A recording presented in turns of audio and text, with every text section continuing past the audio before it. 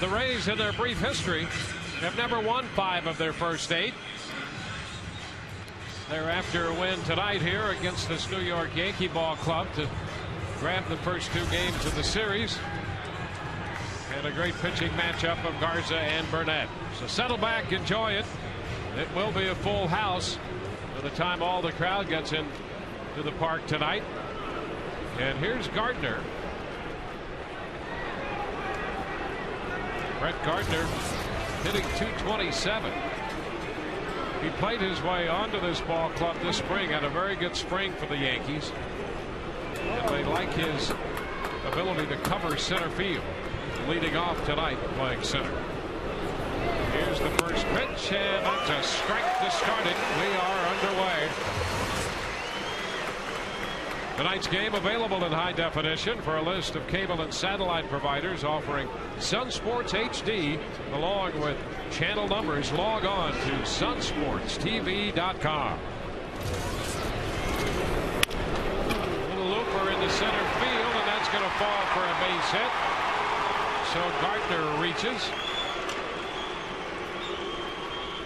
The Yankees are really hopeful that he can hit. That seems to be the question, because they really need his defense in center field, and if he can hit enough to lead off, they think there'll be a better ball club with him in there. Well, Joe Girardi likes the running game, and Brett Gardner provides that if he does get on, like you said, Wayne, by getting base hits, walks, whatever he can, because he can out and out fly. He's capable of stealing 40 to 50 bases, and the Rays certainly know that and have to be aware of that right here. Joe Girardi wants to get on the board early. Derek Jeter. He shows the bunt, takes the pitch. Ball 1. Gardner is 2 of 2 in the running game. These two teams have not had a runner caught stealing this year. The Yankees are 6 of 6, and the Rays are 12 of 12 in the steal department. Davey Martinez flashing out some signs. Diana Navarro. Keep the runner close.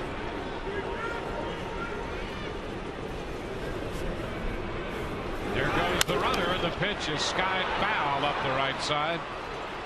So the Yankees didn't wait around on the second pitch to Jeter. Gardner was on the move. Little hit and run play right there, and as I said, Joe Girardi wants to get on the board early, especially after what happened last night, where the Rays opened up the ball game after 2 innings. Shen-Ming Wong only went 1 inning plus.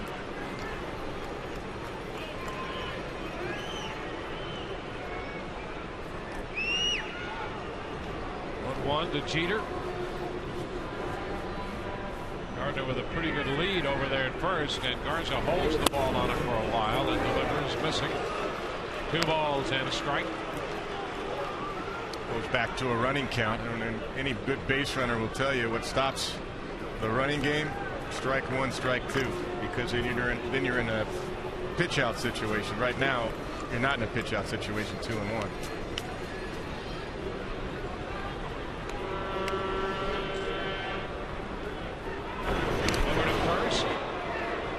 Back in. He was going. There's no doubt about that. That flinch by Gardner. I mean, Garza almost got him on that toss to first base. You know, after each pitch, what the manager will do, Joe Girardi, he'll flash another sign. He may keep it on. He may take it off. But Gardner was definitely going on that throw over. But that's why you do it. You want to see if the runner will give it away. Maybe you'll pick him off. Maybe you'll make the manager change his sign. And over to first. So Garza's making it interesting. He was going again. Watch the little flinch by Gardner over here. Watch this little flinch right there. That's the flinch, the right leg. He was going to cross over and go, and he just did get back once again.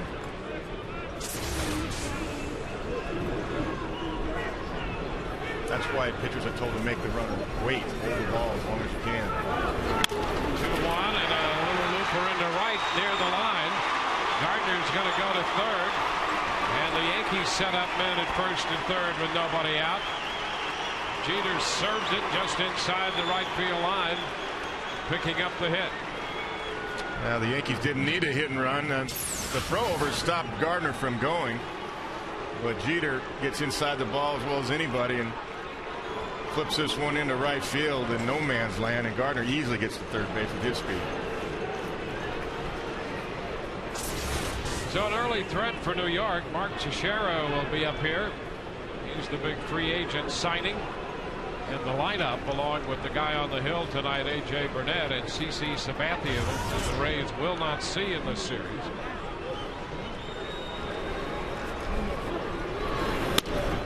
Pitch is outside. Teixeira with a bad wrist that cost him a couple of games.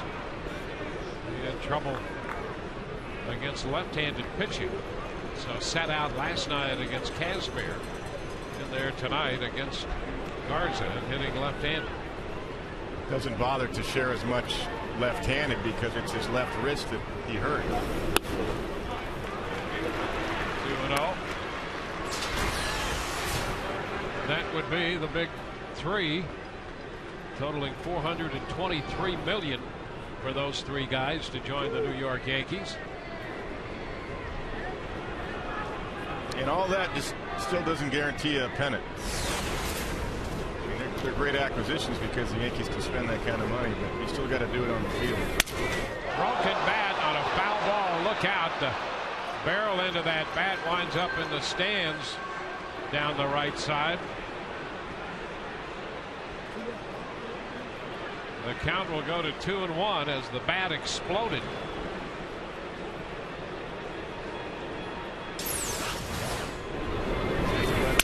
Inside, they got way in there. Good pitch by Garza on the hands of Mark Teixeira. I mean, that was a good 5 inches off the inside corner with some cutting action to it.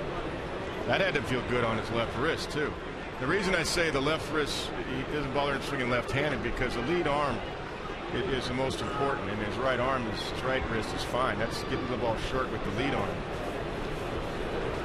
Rays have the infield shift on with Teixeira hitting left-handed. Three men on the right side, including Jason Bartlett.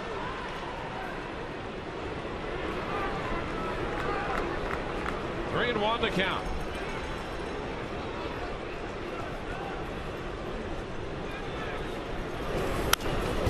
And the foul ball will take the count full. We saw Mark Teixeira on the 3-1 pitch take his left hand off the bat, which he'll do occasionally anyway. But he couldn't get through that 95 fastball. Gardner third, Jeter at first, nobody out. Top of the first, and a full count to Mark Teixeira. Upstairs, ball four. And he walked it. Now the bases are going to be loaded here for Nick Swisher. Looping single to center by Gardner, and that soft little base hit to right by Jeter. Now the walk. And Garza is in a spot.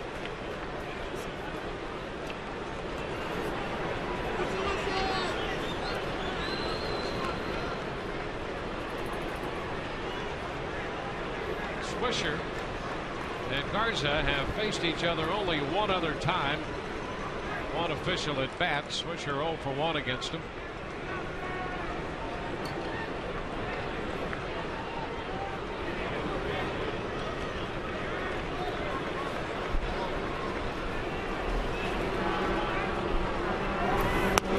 There's a strike. Baseball to get ahead. Thing about Nick Swisher at the start of this year, he's seeing the ball extremely well. 3 home runs, 10 RBIs already, hitting .450. Facing their toughest hitter right now.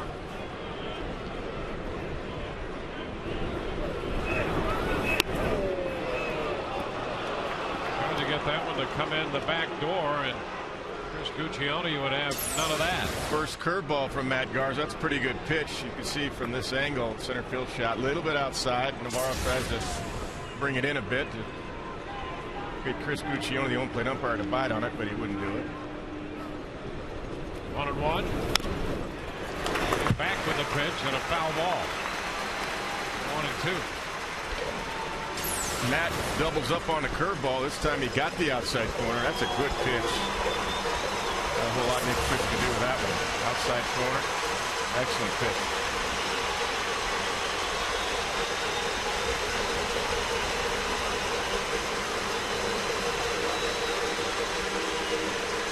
Bases full. Rays will take a double play and give up a run. They're not worried about one run. They just don't want a big inning out of this.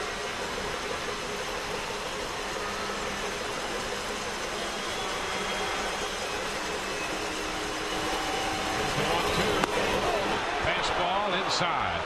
Took a shot in. It's going to square the count at 2-2. I like the sequence, though. I mean, a couple curveballs away at 76 miles an hour. Here comes a power fastball just off the inside corner. And once again, Navarro tries to give it a good look. Berguccione bringing in just a little bit, but it missed by a couple inches. It's a good call. Nice try, though.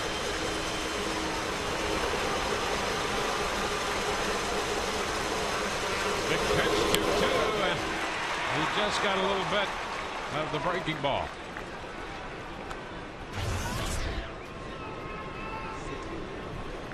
Four grand slams for Nick Swisher with the bases loaded. Hits .309. Good curveball already established from Matt Garza. The three he's thrown to Nick Swisher.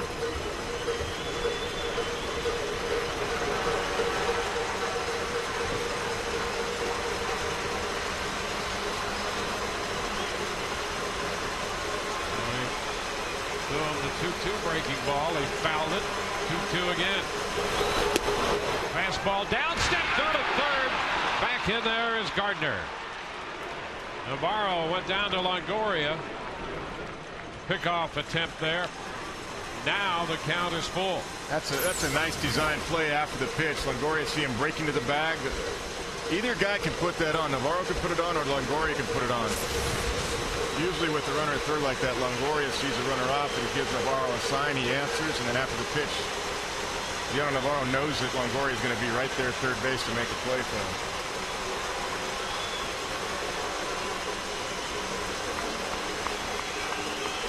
The 3-2 from Garza. He got him. He struck him out. Garza wins that battle. Big first out right there. Off speed right here. Look at the bottom fall of that and fading away. What a great pitch. First changeup of the game. Great pitch right there.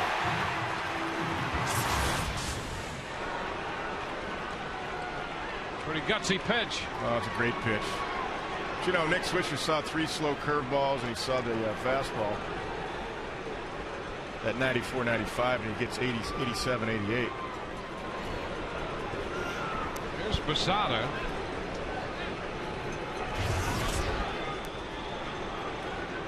Posada coming back from the work on his shoulder. He might have a little trouble throwing, but he can still swing the bat. A very good run production guy. 1 ball, no strikes. Up to 20 pitches with a couple of base hits and a walk, and the 3-2 count to Swisher before he got him on strikes.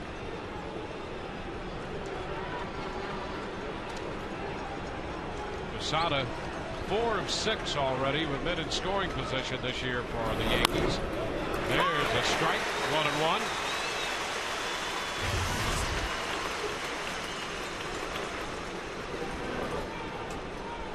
Rays had some success. The bases loaded. We don't need to see that. Yep. Garza's got good stuff. Really good stuff tonight. Again. Strike 2. He dropped that one in there. I'll tell you, you cultivate everything around the fastball, and you bring along the breaking ball. And tonight already, he's got the good curveball going tonight. That's his 4th one, and all of them are right there. That's a good sign. 1-2. Here it is. Swing and a fly ball into left field toward the line. Crawford's there to make the catch. The tag at third. Gardner's going to score, and New York breaks out in front on a sacrifice fly. So Posada managed to get the ball airborne deep enough to drive in a run. Yeah, you gotta score one to win anyway. That's not going to hurt if you can minimize it right here and keep it at one. That's good battling right there by Matt Garza to get these 2 outs with the bases loaded. Well, I tell you, he had a tough out in Posada, who figures out a way to get a run home as he did just there. And here's coming up now, the next challenge is Robinson Cano. He's swinging the bat well, and in Garza's brief time in the big leagues, Cano has had his share of success against him. He's 5 of 11 against Matt Garza.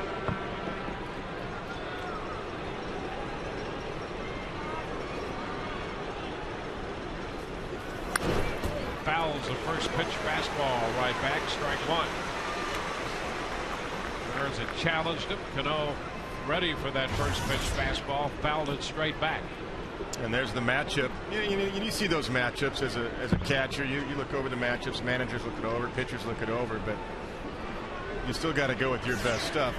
11 at bats. I mean, that's a good number, 5 for 11. But I like to see 25, 30 at bats, 40 at bats more as a reference. Line drive. That's going to be caught by Bartlett to retire the side. Well, a good job by Garza to get out of that bases loaded, nobody out situation, allowing only a run. Rays coming in to hit. Upton, Crawford, and Longoria do.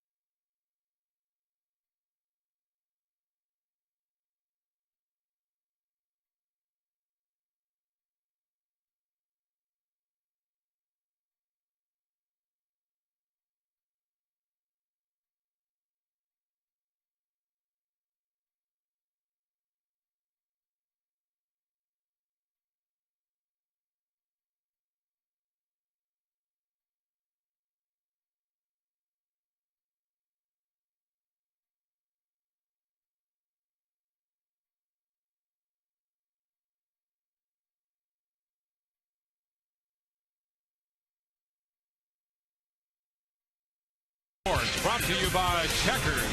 Little place, big taste. By your Southeast Toyota dealers. You can buy a car that compares itself to a Toyota, or you could just buy a Toyota. Visit your local Toyota dealer today. Toyota, moving forward. And by Geico. 15 minutes could save you 15% on car insurance. Visit us at geico.com or call 1-800-947-AUTO. Rays lineup. B.J. Upton to lead it off tonight. Carl Crawford second and Evan Longoria third. Carlos Pena, the cleanup hitter, with Pat Burrell, the DH, and Deanna Navarro hitting sixth. Ben Zobrist, the seventh hitter in right. Takanori Iwamura will hit eighth, and Jason Bartlett, the number 9 hitter. A.J. Burnett on the mound, 18-game winner from a year ago. Left Toronto to come to New York. The first pitch to B.J. Upton, down and away, a ball, no strikes. Take a look at his numbers.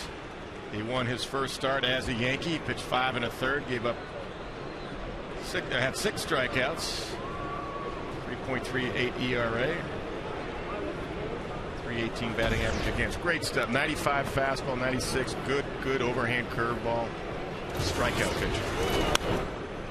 Foul back. It's 1-1.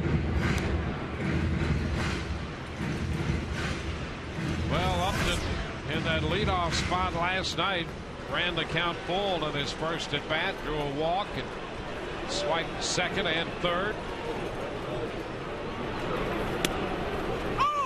This one picks up the edge out there. Fastball, and it's 1-2. The only question ever with A.J. Burnett is health. That's why a lot of people curious what he would get in the offseason as far as a contract in years. AJ fouls that one out of play. Of course, AJ had a great year in Toronto in his free agent year. And by his own admission, he said that, Roy Halladay really helped him in learning how to prepare and go about his business. He won 18 games last year. 2-2 now to Upton. Went 18-10, made 34 starts, and led the majors in strikeouts with 231. He finished 18-10 after starting the year 6-7. Swing and a miss. A fastball with plenty on that one. Our gun had it at 97. Not unusual for A.J. Burnett. No, he's a strikeout guy. Here it is. Up in his zone after going away. This one just rode up and in on BJ and just above his hands. 97 miles an hour.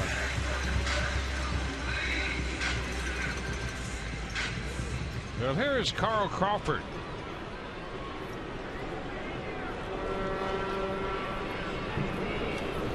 Ground ball to second. With the pickup and the throw to first. Two gone. Defensive alignment for the Yankees brought to you by Sweet Bay Supermarkets. Take a look at Nick Swisher now out in left field. He can play all over the place. Brett Garner in center. Xavier Nadian right. Romero Pena gets to start at third base. Derek Jeter, Robinson Cano, and Mark Teixeira over at first. Jose Molina catching A.J. Burnett tonight. Excellent defensive catcher. One of the top throwers in baseball last year. About 43-44%. And throwing runners out, which is outstanding. 30% is about major league average these days. Now Evan Longoria.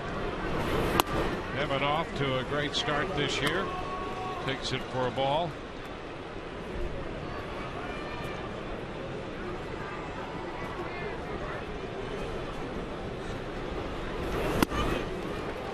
One and one. To break out on the Toyota trend of what Longoria has done so far.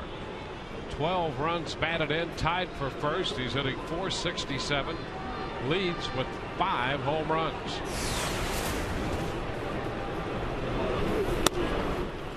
Takes it high, 2-1. He had a little trouble last year with A.J. Burnett. He went 1 for 10 against him. But Longoria has shown himself to be a quick study. It's all about adjustments in big leagues. Foul the fastball. That's a quick swing right there. 96. Good, short, quick swing right by Longoria. He was right on that. One thing the Rays hitter is going to have to do, because Burnett has a pattern that he'll try to ride up the ladder. I mean, he can go up the ladder 97. He'll try to go up above your hands a little higher, and it's tough to lay off that because it looks so good coming up. Or he can drop that hammer for a curveball on you. 2-2. Pop up. That's a foul ball. Will carry out of play.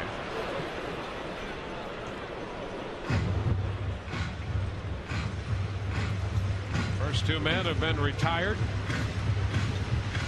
Facing the 32-year-old right-hander.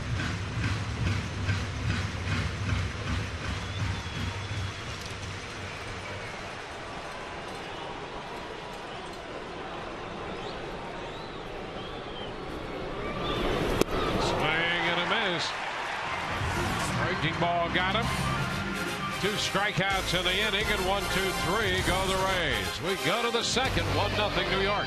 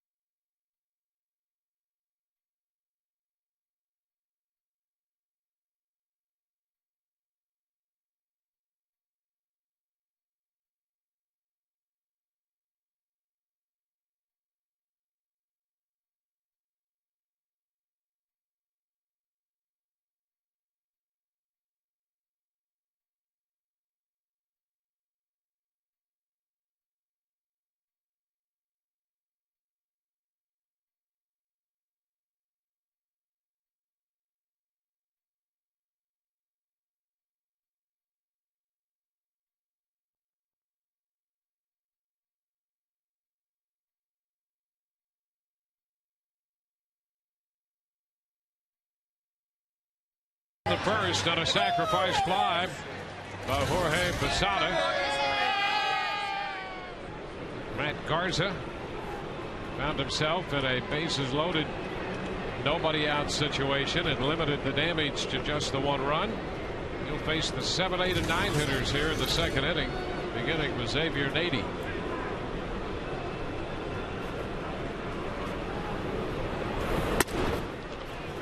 Pitch outside.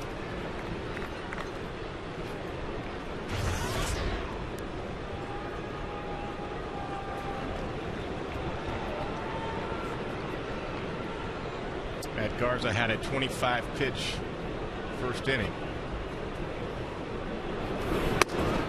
It's a strike. It's 1-1. 81 for 4 last night. He doubled and scored a run in the 7th inning of the game. Had at least a double taken away by B.J. Upton. A great over the shoulder catch against the wall in dead center.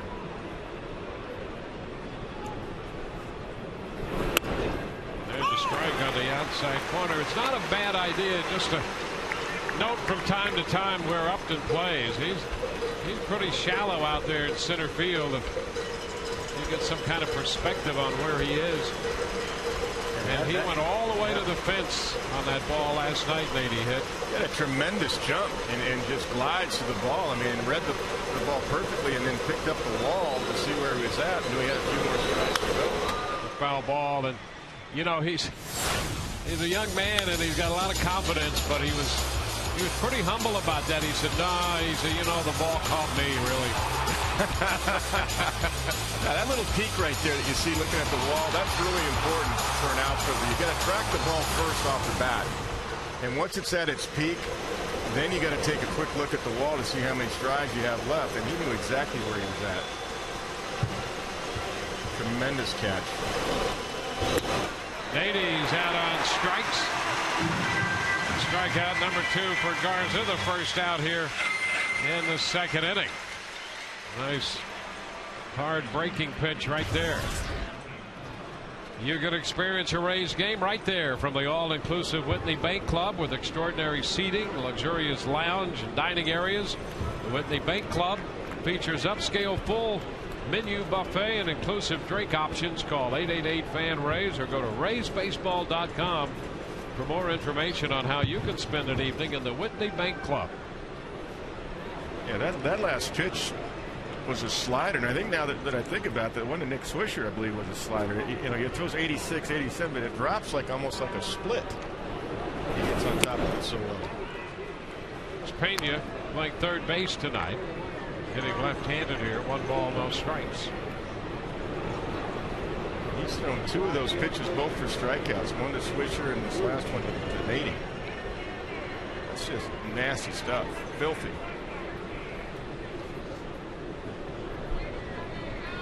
Got a tough arsenal of pitches for any hitter.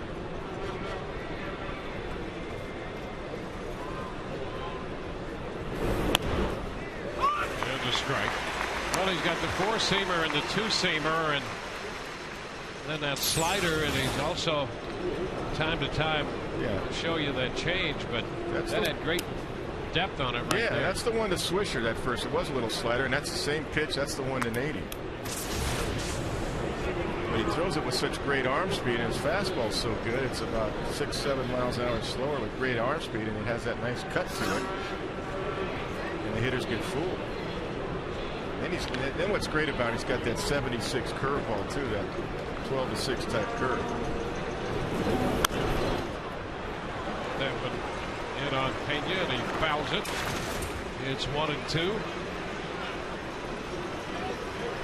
I like too, going how Matt works both sides of the plate. Where he gets you looking away as a lefty, and then he can power that fastball right in on the inside corner at the knees, or he can go up on your hands like he just did.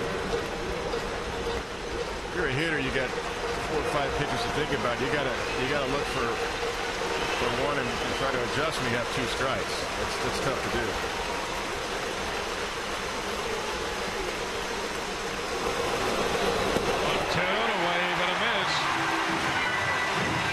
Showing a nice variety right here and picks up his second strikeout in this inning, his third tonight.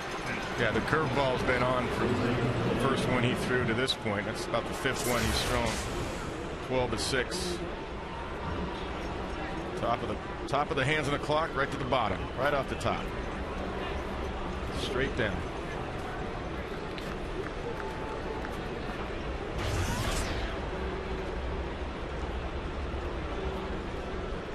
Jose Molina.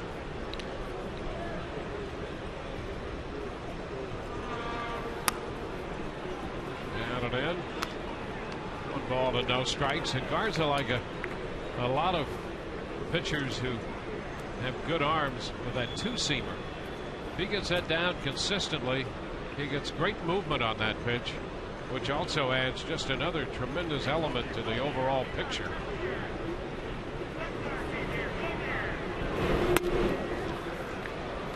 That's what he did against the Red Sox, those left-handed hitters. He threw that thing off the inside corner and it ran back, and he was painting against the lefties there. That last pitch didn't miss by much. Matt thought it was there. There's a strike fastball.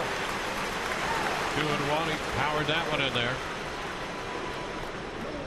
One thing I've noticed, and I saw this last year, of course, but being here now every day, all the pitchers, and I know Jim Hickey's doing a great job, they all have really good alignment with the lower half of their body. You saw that with Scott Kazmir in both of his starts, especially last night also, and now Matt Garza. Right back with another one. He pours that in there for strike 2. And what I mean by that, they don't step across their body, front leg going right for your target. Look at that, and then you got the accuracy there. That's how you get command, because you're able to repeat your delivery.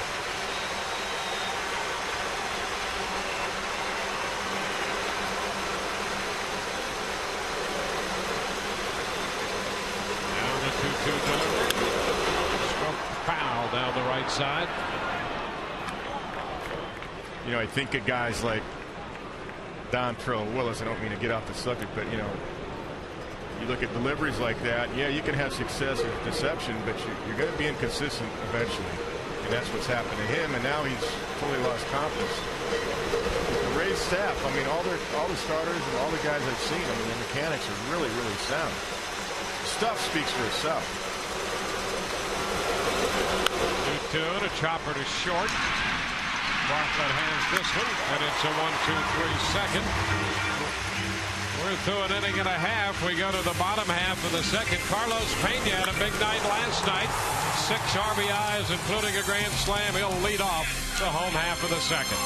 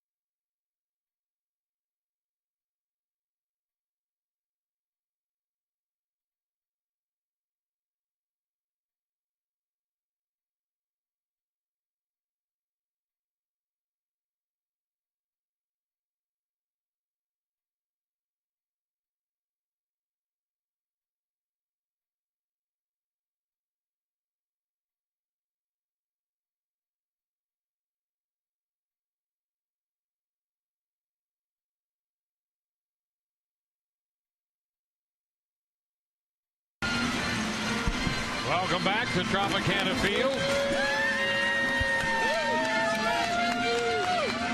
Middle game of the series as the Rays play host to the New York Yankees tonight, and Carlos Pena will lead it off. Pat Burrell next, and then Deanna Navarro.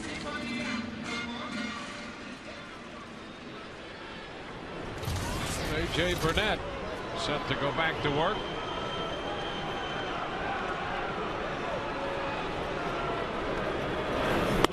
Carlos takes the first pitch high. Well, where do you start with Pena last night? He doubled in the first. The grand slam home run in the second inning, and another double in the fourth inning. So he drove in 6 runs, scored a couple. And here he is leading off the bottom of the second. There's a high fly ball into right. One of those towering fly balls off the bat of Pena. Nady makes the adjustment. One away. Outfielders need to keep their eyes on the ball on a high fly ball like that. Look at that kid. Boy, he can launch those high ones too, Carlos Pena. 3 home runs, though. He's off to a pretty good start. 3 home runs, 9 RBIs. And last night, one of his doubles was high up into that rooftop, and it was lost by the infielder, Cody Ransom. It's Pat Burrell.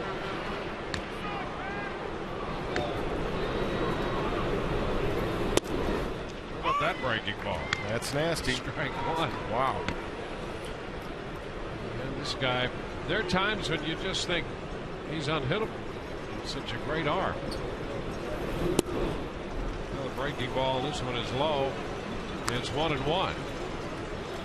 Now, when he was with the Marlins a few years ago, he came to the West Coast, and I believe he hit the Dodgers, and the next night I believe he no-hit, or next start he went down to San Diego and then no-hit them on the same road trip, if I'm not mistaken. He was ball, 2 strikes. Very impressive.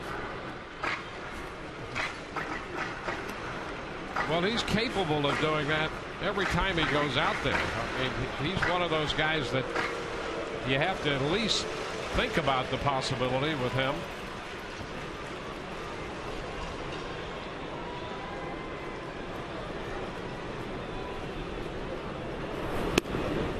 Off the plate. 2-2. Well, you know, he was a surprise because when the Yankees signed CC Sabathia, I was at the winter meetings in December.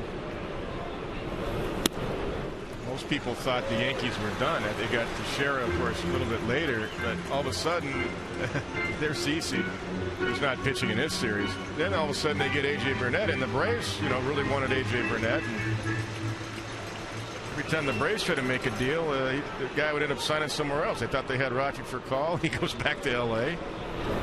3-2, and Burrow draws the walk. 3-2 breaking ball from A.J. Burnett. And Pat Burrell. You know, Burrell hitting .250 lifetime off him, but he owns a couple of home runs to his credit against A.J. Burnett. And pitchers remember that. He's doing a 3-2 breaking ball. He sure did, yeah. And Pat's locked in right now. He's had a couple of really good games, 5 or 6 good at-bats in a row, including his first home run as a Ray last night in the home opener. And here it is. Got a fastball up and in, and he squared it up and hit it deep into left field seats.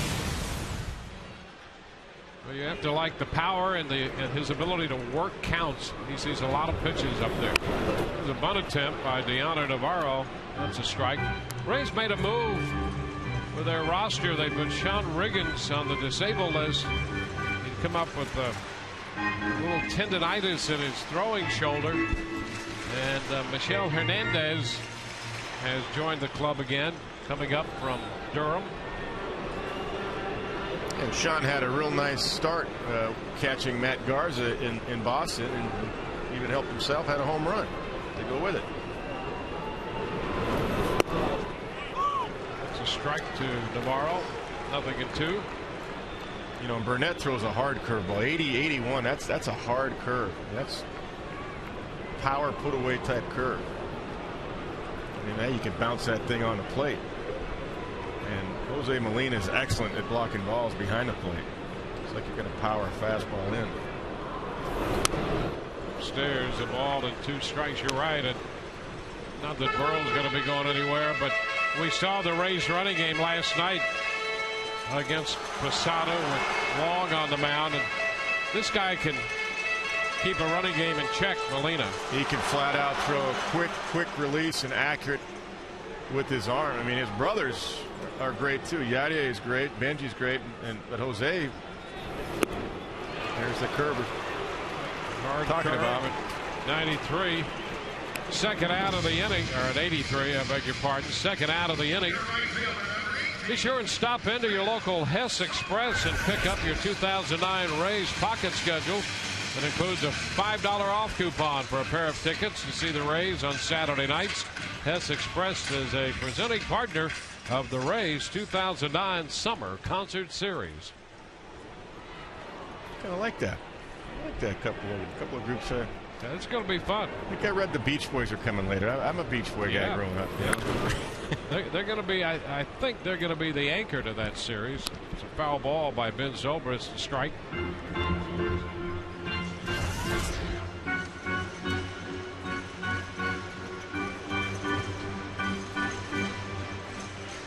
Zobrist with a home run this year, hitting .286, and boy did he hit a big home run against this guy last year for the Rays. It was a breaking ball. You recall the Rays stumbled a little bit going into the All-Star break. They dropped 7 in a row. They picked up play here against the Toronto Blue Jays on the 18th of July last year, and in the 7th inning with the Rays trailing, Zobrist hit a fastball into the seats in right field. He was hit by the pitch. Burnett thinks he Oh no, swung, I hit him on the foot. But he's hit by that pitch. I think it bounced and hit him. Let's take a look. I heard 2 sounds there. That's why I say that. There's the bounce. Yeah, it hit him on the top of the foot. It hit the dirt, and then it hit. I heard 2 sounds. That's what you got to go by. Yeah, there was number 1. There was 2. Oh, they're going to call him back. And I can't. Well, that's what I'm saying. Home plate umpire said no. I mean, the third base umpire. That's what I was looking at. But that hit him. Randazzo said that checked the swing and that he didn't go on the swing. That's a bad call. It sure is. Where's replay? Take a look at the back foot right here. Let's see if we can freeze that. Right there. I mean, right at the top of the foot. There it is. Replay. And here's the problem with that. If the first base umpire is going to make that call, that's awful. Well, I mean, he can't see it. Listen, we're a couple hundred feet up here, and I heard 2 sounds on our monitor here. And when you let's take a listen, see if we can hear it.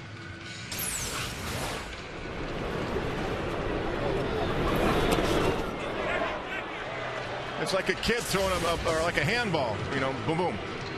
You hear 2 sounds, you know it hit him. That's a terrible call.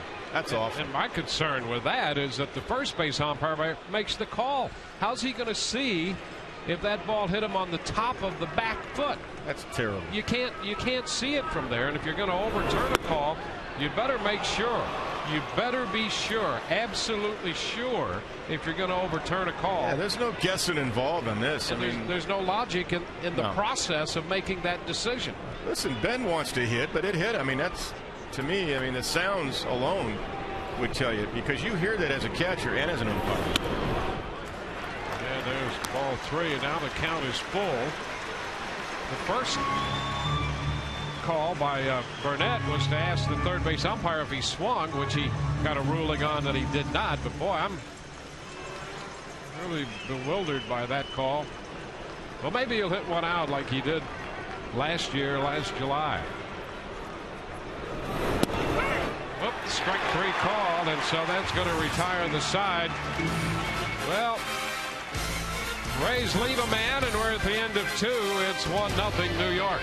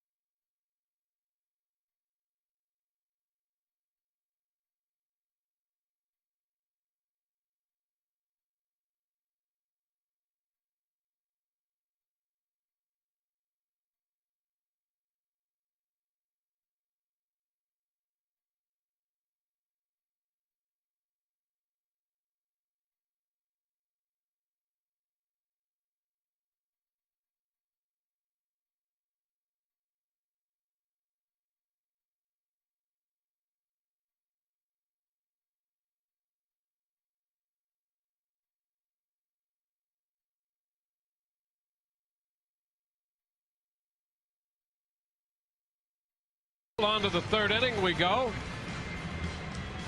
Yankees will have the top of the order up. Well, they say all those calls even out. You know what? We're going to keep track. We'll see.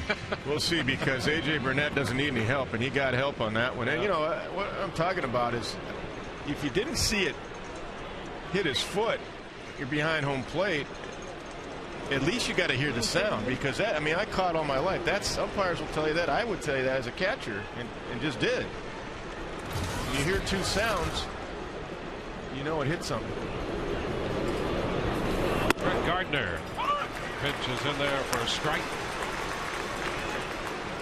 Top of the order. Jeter will be next, and then Teixeira. Well, you don't know what that's going to lead to. You got a couple of guys on suddenly, and that pushes Burrell into scoring position. Aki's been swinging the bat well.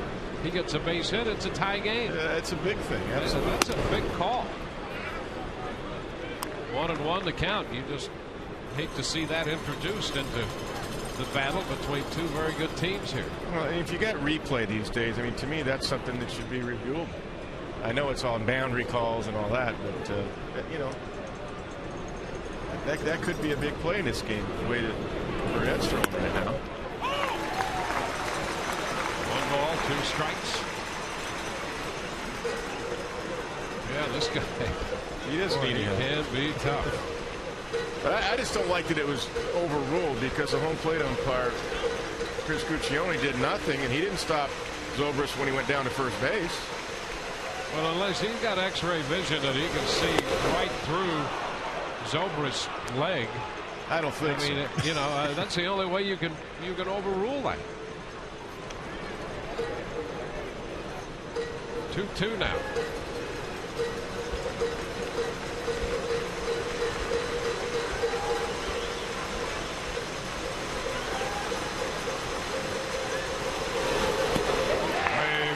That'll take care of Gardner. Navarro with a toss down to Pena to complete the putout. Hey fans, this season's first episode of Inside the Rays. You can see how a club goes from worst to first. We'll look at the memorable moments in Tampa Bay's dramatic turnaround and meet the unique personalities that made it possible. Inside the Rays, a breakthrough season, Friday at 10:30 p.m. on Sun Sports. For a preview of the show, log on to sunsportstv.com and click on the Tampa Bay Rays link.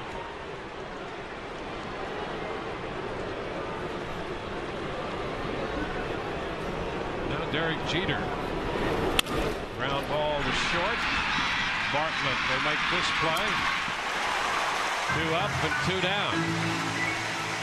Don't forget to sign up at Cain's Furniture for a chance to meet one of your favorite Rays players. And if Rays pitchers come up with 10 strikeouts in a home game, log on to CainStrikeoutContest.com and print a voucher to be redeemed at Cain's for a free Papa John's pizza. Get to Cain's today.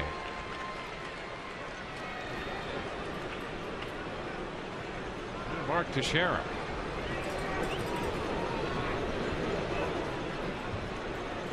Shift is on again with Aki in the middle of 3 defenders on the right side.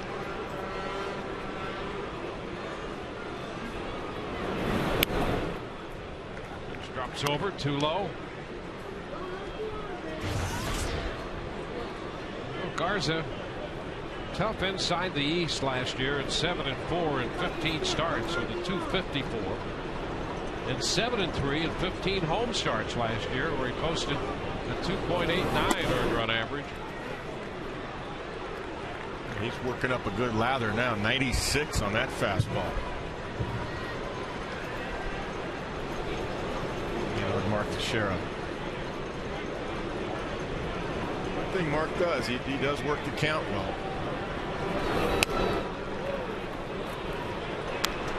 3-0. Well, there's no question the Yankees got themselves a heck of a player in Teixeira in the free agent market.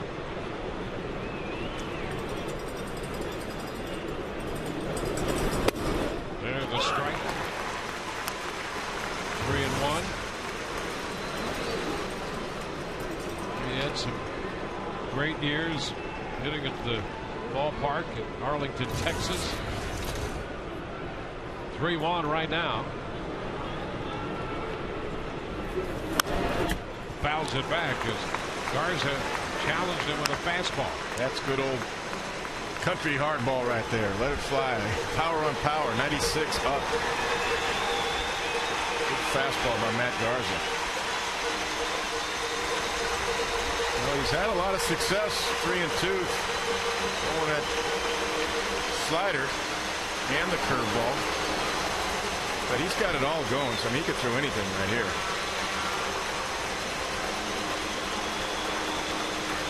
Two outs, bases empty, 3-2.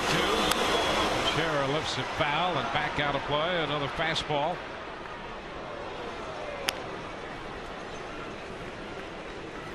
And the Angels really wanted to sign Mark Teixeira back because they wanted, with Garrett Anderson gone, they wanted him in that lineup with Vladdy Guerrero. They ended up signing Bobby Abreu. But Mark really wanted to go to the East Coast. He did not want to be on the West Coast. 3-2. Strike three call. He's out of there. And that retires the side. 5 strikeouts for Garza tonight. We go to the bottom of the third. 1-0 New York.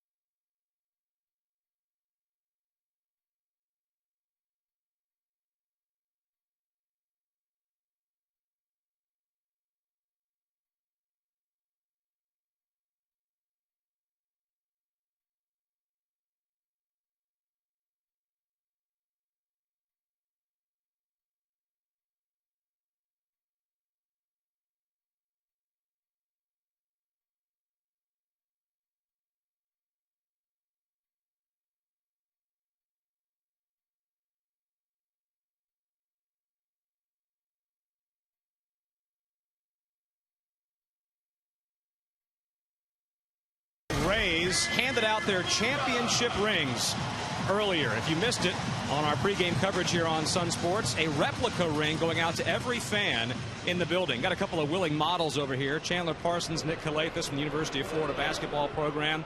Looks better on them than on me, I think, guys. Every fan in the building, including Chandler and Nick, getting a replica American League championship ring tonight as the Rays celebrate that title in 2008, guys. Yeah, I've got a feeling we'll be seeing those rings around town.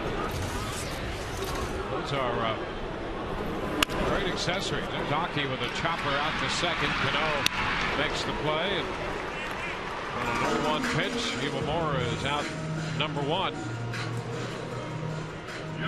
Rays are facing A.J. Burnett. You're talking about that no-hitter he threw for the Marlins out in San Diego. It was back in 2001. He struck out 7 and walked 9 in that no-hitter. He didn't quite have the command in those days, did he, that he has now.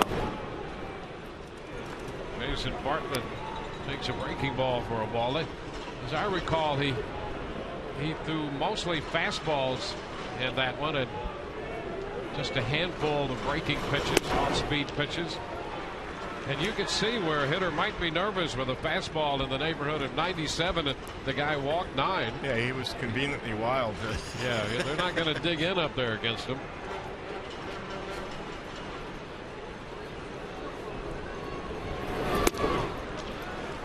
Two balls and a strike.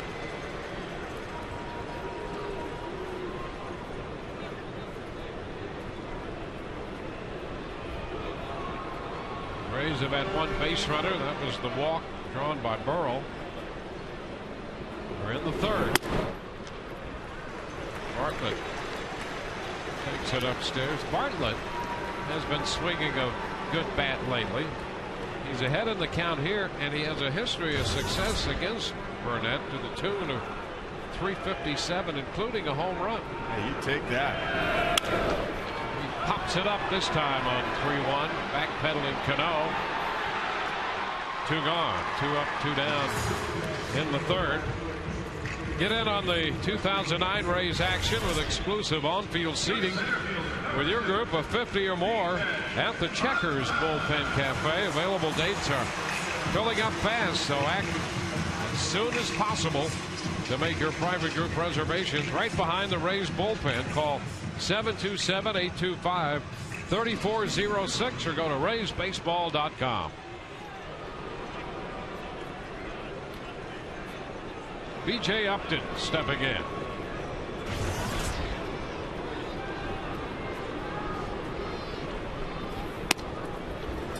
1 ball, no strikes. How about Josh Beckett getting suspended for 6 games but not getting kicked out of that game? Yeah, I think Bob Watson of MLB said, you know what? I was a hitter. That ball was at Bobby Abreu's head, number 1. And I think also what really gave Bob Watson the notion to give Beckett 6 games, number 1, for a starter, he has to be at least that to miss 1 start. BJ lifts it into right center field. Nady closes though to make the grab, and the Rays are up and down 1-2-3 in the third. We'll head into the fourth tonight from the Trop. 1-0 New York.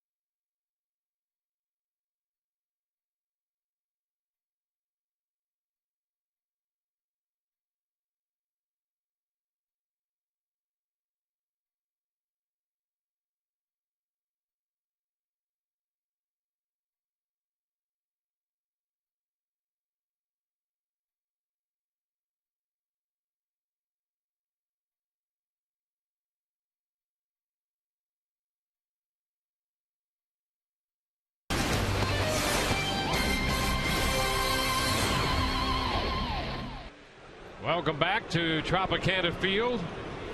Dwayne Stats, Kevin Kennedy with you tonight. Game 2 of the series between the Rays and the New York Yankees.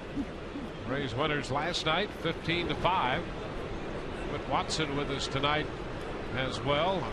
Thoughts and prayers continue to be with Todd Callis and the extended Callis family on the loss of Harry Callis.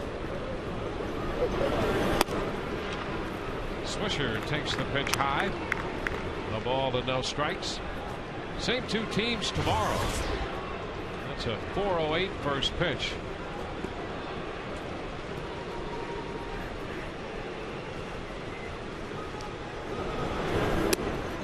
Strike call, 1-1. And we've got the pitching matchup today as advertised. Both Matt Garza and A.J. Burnett have their stuff. Andy Pettit pitching tomorrow for the Yankees. Andy Sonnenstein will be on the hill for the Rays tomorrow. Then the White Sox are in over the weekend, starting Thursday night. Put in right there, 2-1.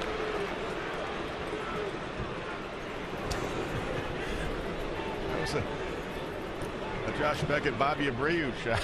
A buzz shot right there. That's a good pitch. I mean, there's nothing wrong with that. Change the eyesight. This is their hottest hitter right here. He can move his feet. And the strike. Fastball. Square to 2-2. 96, 97 up and in. Come right back in the outside corner. Even though it was up a little bit, it hit the corner. That's a good pitch. Spelled high. 5 strikeouts tonight by Garza. He's used a variety of pitches to pick up the strikeout. The slider has been good on at least, I think, 3 of them. It's 2-2. The Swisher down. There's the shot. He tees off on the fastball and hits it out into right center field. The Swisher continues to be a hot hitter for New York, belting his 4th home run, his 10th hit overall. A 2-2 pitch, and he put a charge in it to get it out of here. 2-0 New York. Take a look at the pitch. Time for the Alltel circling the bases moment. Alltel Wireless. There's a choice for everyone. Call 5, 10, or 20 free numbers on any network with My Circle, exclusively from Alltel. Well, he squared that up to Nick Swisher. I mean, he's hot. I mean, 450 coming in. That's his 4th home run. And you know, Joe Girardi, a little smile on his face. Thinking, I got to find this guy a way to get this guy in a lineup every night. Could it be first base, left field, right field? He can play some center too. He played center for the White Sox last year, or even DH for that matter. Swinging like that, he's going to find a lot of playing time. A little popper short center. Bartlett and Aki, and it's going to be Bartlett to make the grab out there in short center. That's the first out. One away. It's time for the Aflac trivia question. Aflac, ask about it at work. Aflac. How many teams have reached the World Series a year after finishing with the worst MLB record? Worst to first scenario.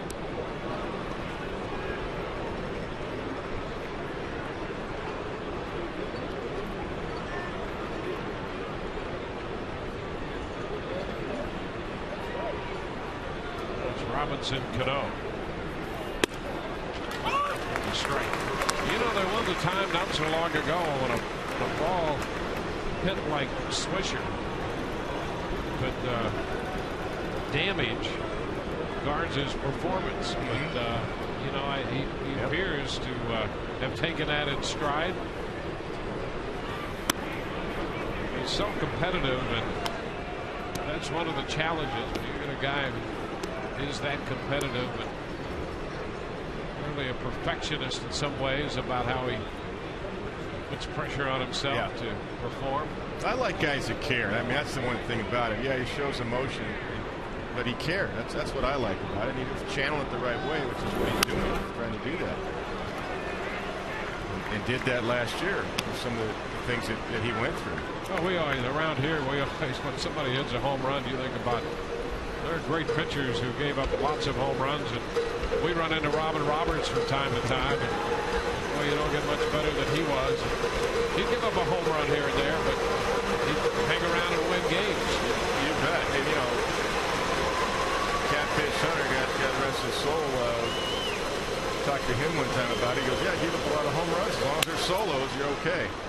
Ground ball to Carlos Pena, the toss to Garza. That'll be the second out now with the bases empty. And a reminder, fans, you can take part in the Rays interactive poll. Log on to sunsportstv.com, click on the Rays link, and submit your entry. Here's this week's poll. Which team will win the American League East? Log on to sunsportstv.com to submit your entry.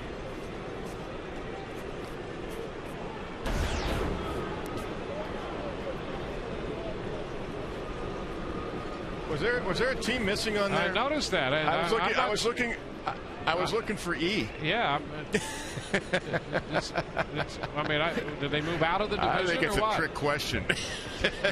Is it a write-in vote?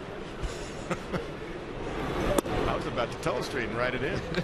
Yeah. Well, there appears to be I kept looking an irregularity in this election process. A, B, C, D, E.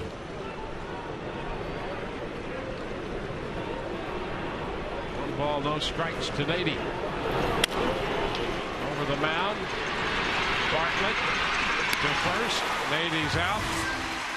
So following the home run by Nick Swisher, a 1-2-3 inning. Swisher's homer is 4th of the year, makes it 2-0. Rays coming in to hit in the bottom of the 4th.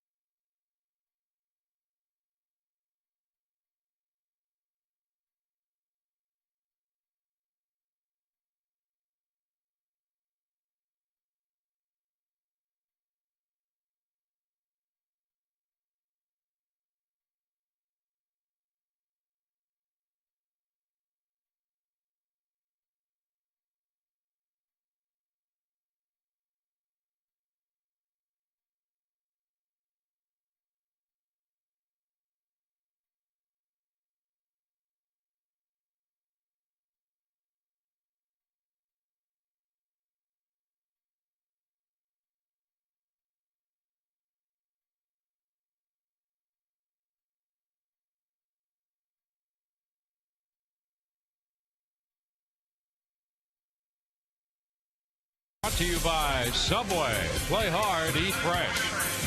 And by Dodge. Grab life by the horns.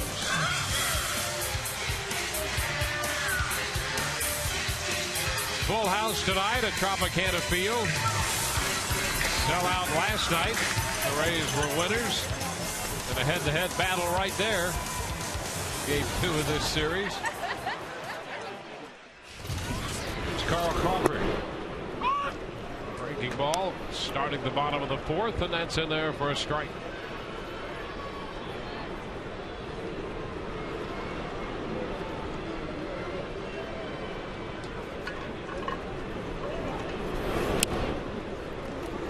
One and one. Rays have just the one base runner through 3 innings, and then came on a walk.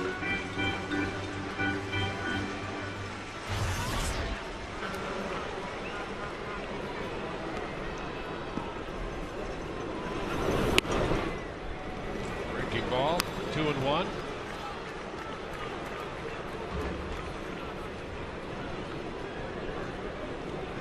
Well, 13 out of 36 coming into this game against A.J. Burnett. Throws it to the shortstop, Jeter. His throw is on the money. 1 away. And here's the answer to the Aflac trivia question. Aflac, ask about it at work. That question being, how many teams have reached the World Series a year after finishing with the worst MLB record?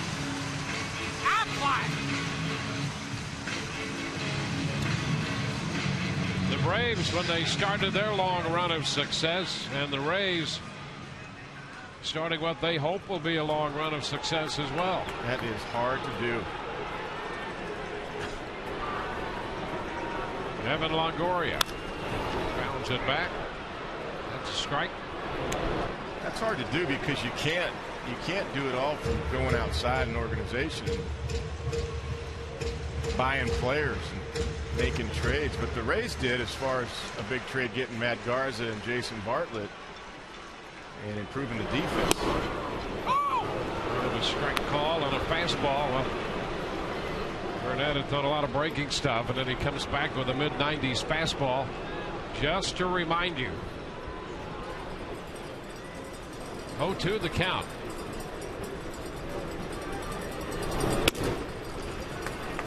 It's 1-2.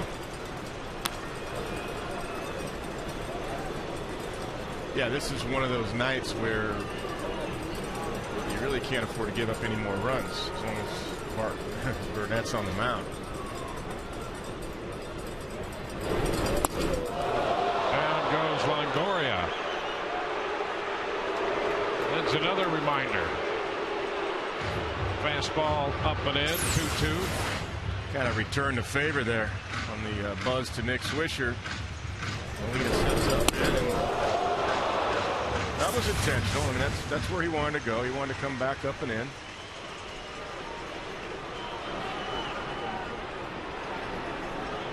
Now the 2-2. And strike 3 call. Fastball. Longoria's out on strikes. The Jaguar performer of the game to this point, A.J. Burnett. A couple of strikeouts in the first inning, including Longoria swinging.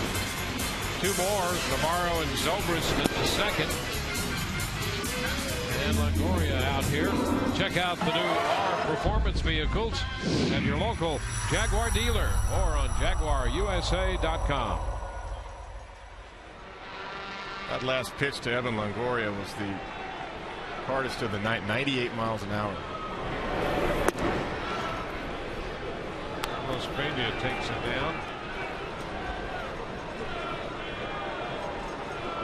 98 in paint. And Evan knew it. Not anything you can do with that pitch. He pulls it foul, a fastball. 1-1.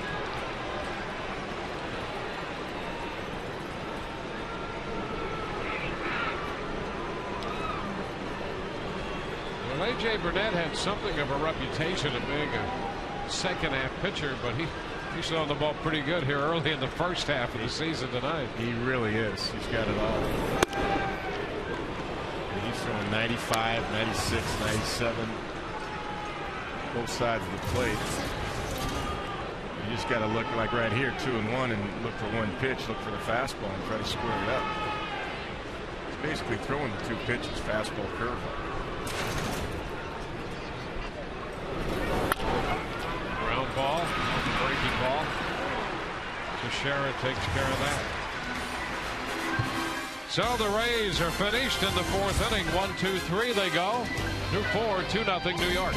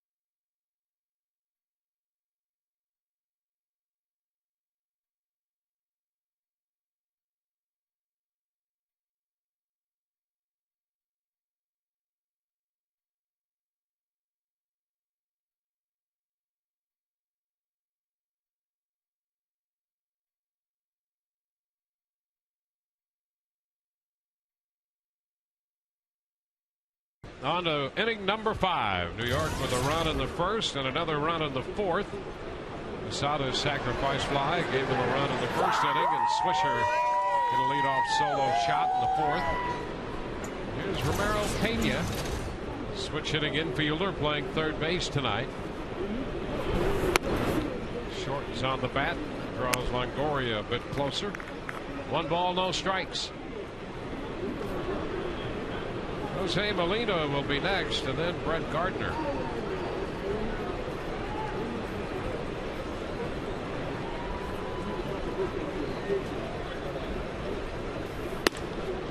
Good, he shortens on the bat, takes a pitch up. 2-0.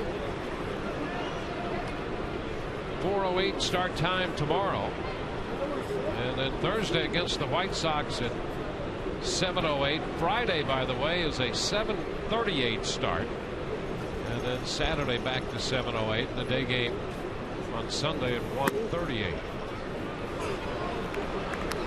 3-0. Well, you don't want to start by letting the number 8 hitter get on. Take advantage of this. Here's the pitching matchup tomorrow. Andy Pettit, Andy Sonnenstein. That's a strike. 3-1. Yeah, all the way back now for Matt Garza. No walks. Only walk of the game was Mark Teixeira in the first inning. But yeah, you're right. 8-9. You don't want that lineup turning over with men on base. Top of the order. 2 runs already on the board for the Yankees, as well as Burnett is throwing. You got to keep it right there. And ball 4. Well, a walk to Pena. Second walk of the night issued by Garza. And Jim Hickey's going to trot to the mound here with Jose Molina due up. Now, I wouldn't be surprised if Joe Girardi plays a little small ball, a little bunt, a little hit and run, probably a little hit and run with Molina, because he knows if he gets another run or two, I mean, that could be enough, as well as A.J. Burnett is throwing. So I would expect somehow Joe's going to try to get that runner in the scoring position with Gardner and Jeter to follow. Well, Girardi has shown in the past, and last year more of it, he is an engaged manager. And he will, as we saw last night, pitched out on consecutive pitches. He'll do that. And he will start runners. He'll force the issue that way. Absolutely. And I think like the first option, you might be hit and run. There goes the runner. The pitch is swung on, and a line drive to first, caught by Pena, and the Rays turn it into 2. Well, the Yankees did exactly that, and it worked out for the Rays. Yeah, and I think that's why Joe Madden had Jim Hickey go out there. I don't think it was so worried about Matt Garza, how he was throwing. I think it was more about to set the scene of what Joe Girardi was going to do, and that's exactly what he did. And he jammed him with a fastball, Molina, and we got the double play out of it. Did I say we? I'm already a we. You know what? A we. Here's the deal. We're all part of the human condition, okay? That's it. Let's not get too serious about these things, you know, really. There you go. Brett Gardner. The truth. The strike. Gardner is singled and struck out. So that helps the little liner in the double play. The runner going. Breaking ball drops over. 0-2.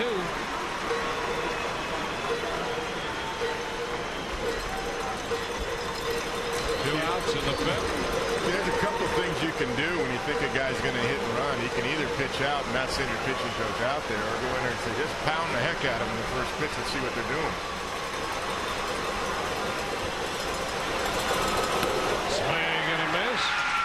Gardner's out on strikes, and that retires the side. So we head into the Rays half of inning 5. It's a 2-0 ball game, New York.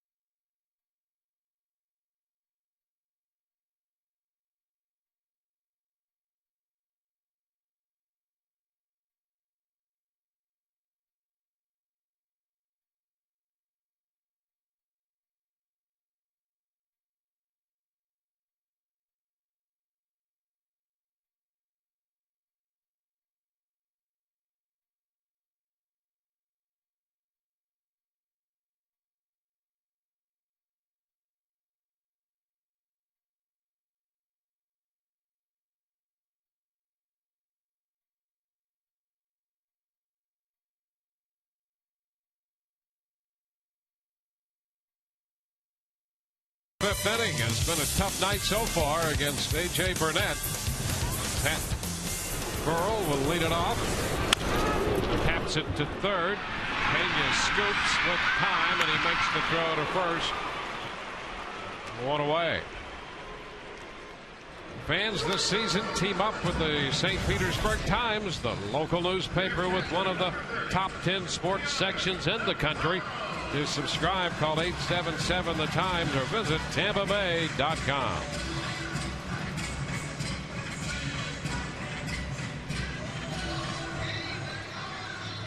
Three of the last 4 outs have come on ground balls, and you know that's not unusual for Burnett either. He'll throw ground balls and strikeouts.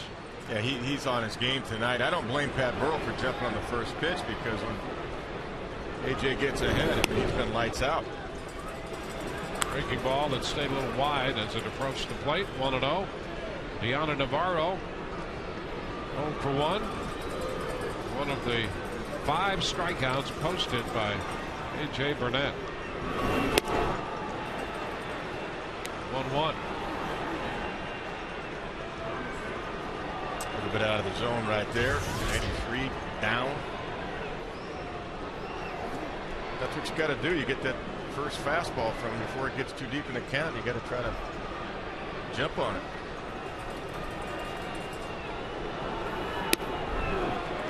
One and two, and then he comes back with that thing. Wow. He's good. It's nasty. No question about that.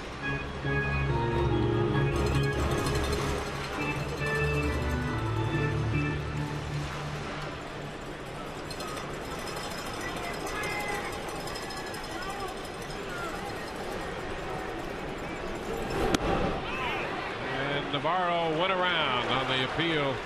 There's Tony Randazzo. Strikeout number 6. Another breaking ball from A.J. Burnett. Slider action right there. Yana could not hold up.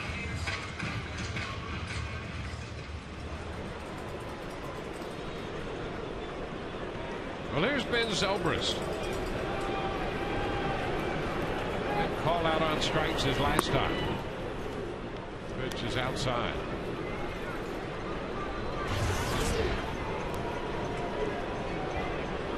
Well, last year the Rays were so good at home, and particularly in front of crowds of over 30,000. There's something like 21-2.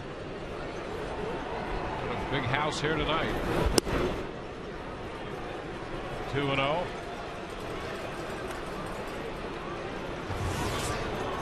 I really thought the home run that Zobrist hit last July off Burnett. Well, there's so many big moments. Boy, that was such a big moment in the season that got them going again. It's a foul ball back, out of play, 2-1. You know, Kevin, managing clubs, you get a team, if you lose 8 or 9 in a row, it's hard to recover from that if you're thinking about trying to get to the postseason. Yeah, they're momentum switches. I mean, somebody's got to stop the bleeding. That's what that home run was, especially off of A.J. Burnett. And all of a sudden, you get the confidence back again, and you go on a roll. Bounces it to second. Cano has this one.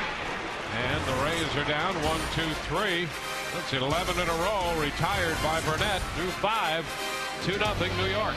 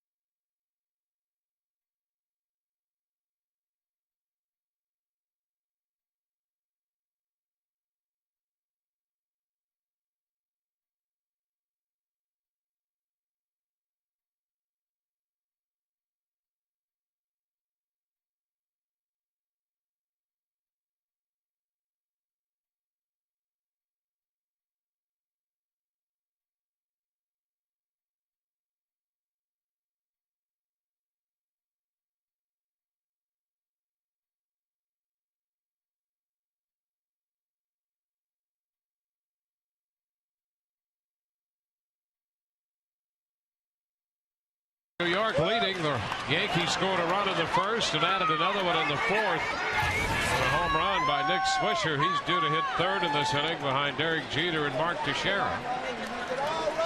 So Matt Garza trying to keep the Yankees right where they are as the Rays try to figure out how to do something against A.J. Burnett. It's been a tall order so far tonight. Jeter's 1 for 2 on the evening. It's a foul ball, strike one. Jeter singled in the first and grounded out to short in the third. Yeah, and Matt Garza, I mean, he's throwing a really good game. I mean, he's 2 runs through 5 innings. His stuff is very good tonight. It's just A.J. Burnett is just keeping the Rays down so far the way he's throwing. I mean, obviously, it's no hits yet. There's a tap foul, 0-2.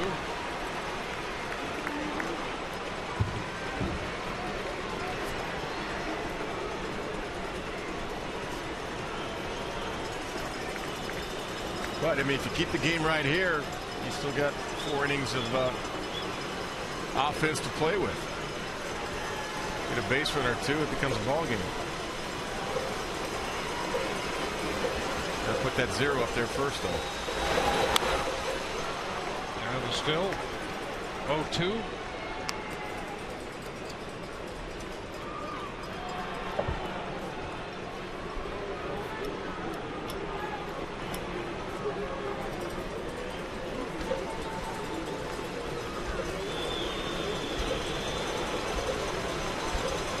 Strikeouts for Garza, 2 walks, now 7 strikeouts.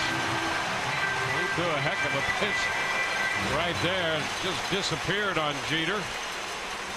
1 away here in the 6th. Don't forget, you can send Rays pitcher Matt Garza to your child's school with the Take Matt to Class contest presented by Metro PCS. Sign up at any Bay Area Metro PCS location or at guest services at Tropicana Field for a chance to take Matt to your kid's school. Mark Teixeira. Oops, ball's a little low. 1 ball to no strikes.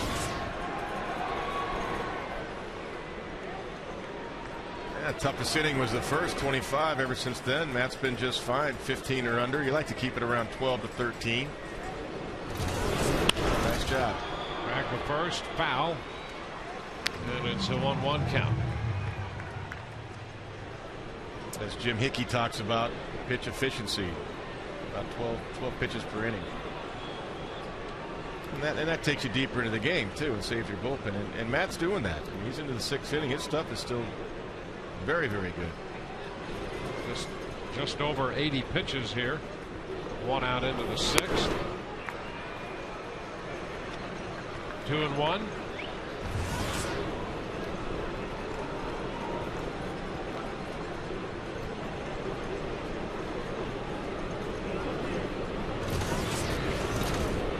Shipped on for Teixeira. Take the count to 2-2. A big cut at the fastball. 94 from Garza. Had a little cut to it too. 94. I mean, trying to go away, but the ball ran in over the plate. Sheriff's over the top of it.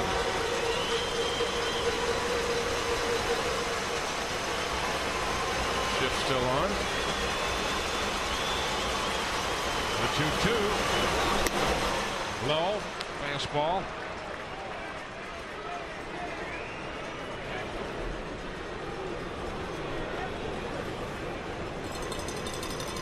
Third time now that Mark Teixeira has worked the count full off of Matt. Struck out in the first, struck out in the third, and walked in the first. And a 3-2 pitch this time. Ground ball, second base, where Bartlett's playing from the shortstop. So 6-3 on a ground ball to second. Let's go to Whit Watson now. Whit. Well, Dwayne, as Nick Swisher makes his way to the plate, an adventurous 24 hours for number 33. Last night, of course, came on in relief as an emergency pitcher for Joe Girardi. Now, Joe Madden was asked before the game tonight, if the same thing happened to you, who would you go with? He said, may it never happen, but if it did, he'd probably select Willie Ibar. He also mentioned, and I want to get Kevin's take on this, that as a minor league manager, Joe Madden had a player designated as the emergency pitcher, a position player who would take that role if the game got out of hand. And I wonder, do you like that angle or not, Kevin? I do, and I was that designated guy, believe it or not, when I played for Doug Randall. All managers in the minor leagues do that, yeah. Because your minor league rosters are not 25. Usually in AAA, they're 22 or 23. And sometimes you run out of pitching totally. You don't have those extra two guys. 1-0 the count to Swisher, who struck out and homered. In fact, the home run by Swisher is the only hit Garza has given up since the first inning. What you don't want to do is take your starting right fielder and have him come in. The guy hits 40 home runs, like somebody did in Boston years ago, playing against the Red Sox. Who would do such a thing, huh? Well, you're sitting about 1.5 feet from him. And striking it. 1-2. Well, you know, there's always a backstory to that, but you know, as time goes by, people ignore that. And you know, you could argue that there was some reason and rationality toward doing that at the time. Well, I'll tell you, the first day I was there, I know we're getting up against maybe the end of the inning here, but maybe we could continue, because there is a backstory to all these types of things, who you use and how and why. That's a fair ball up the right field line, and Swisher stays hot. Zobrist plays the carom, and the throw back towards second base, and Swisher hands himself a double. Well, I'll tell you, you know, and it's not altogether uncommon that happens. Wade Boggs pitched here in a lopsided game for the Rays, and in fact, I think the last position player to pitch for the Yankees before Swisher last night was Wade Boggs. Yeah, I believe he was. Well, you know, the thing is, Jose Wade had a pretty good knuckleball, though. Yeah, well, that's what Jose had. Yeah. Jose said, I got a knuckleball and a good fastball. I said, I pitched in high school. I like to do it one time as your extra pitcher. So we actually worked with, I had Claude Osteen, my pitching coach, take him on the side one day to see if he could actually do it. He said, yeah, he could do it if we have a blowout to save a bullpen. And of course, I told the general manager and the owner, which was our former president, but you know, I said, I'm not that dumb as a rookie manager that I'm not going to let them know and see what they thought. But sure enough, you know, in those days we played the AAA team as a goodwill thing. We went into Oklahoma City. We're going on a 10-day road trip. They don't do that anymore. And so I said, okay, Jose, I'm going to let you get an inning of pitching in. And he's throwing 95 and strikes out 2 guys and pitches 1 inning. Okay. So it's okay. So that same road trip, I said to Jackie Moore, my bench coach, I said, you know, if we get in trouble, I mean, I guess we could do it once in a big league game. He proved he could do it in the AAA game. 2 strikes the count to Posada, a couple foul balls. The funniest thing is, Sherm Feller, the announcer in Boston, when Jose's warming up in the 9th inning, we're getting our tails kicked. We're having about a 2-8 road trip. It's the last game. And all the fans went down to the right field bullpen, and Sherm Feller goes, now pitching, number 33, Jose Canseco. Believe it. Of course, we were laughing at that time, but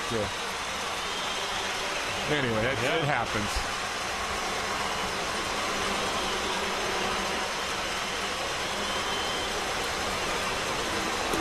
Pitch is down, 1-2. You know, the final thing on that is he did not get hurt. I mean, he played 2 more weeks after that. He had a couple of home runs. He really finished it off in Seattle. It was a base hit. He made a throw from right field, and he grabbed his arm and crumpled to the ground. That's when he finished it off. And Dr. Jobe said it was a progressive injury. There had been a tear in there, which nobody knew. But nonetheless, you got to take responsibility. And I said, hey, I put him out there. I'll take responsibility. He got hurt, and got to move forward, live with it. Ground ball to the right side for Iwamura. Aki's throw to Carlos Pena. They leave Swisher at second. Rays are coming in to head in the bottom of the 6th, down 2-0.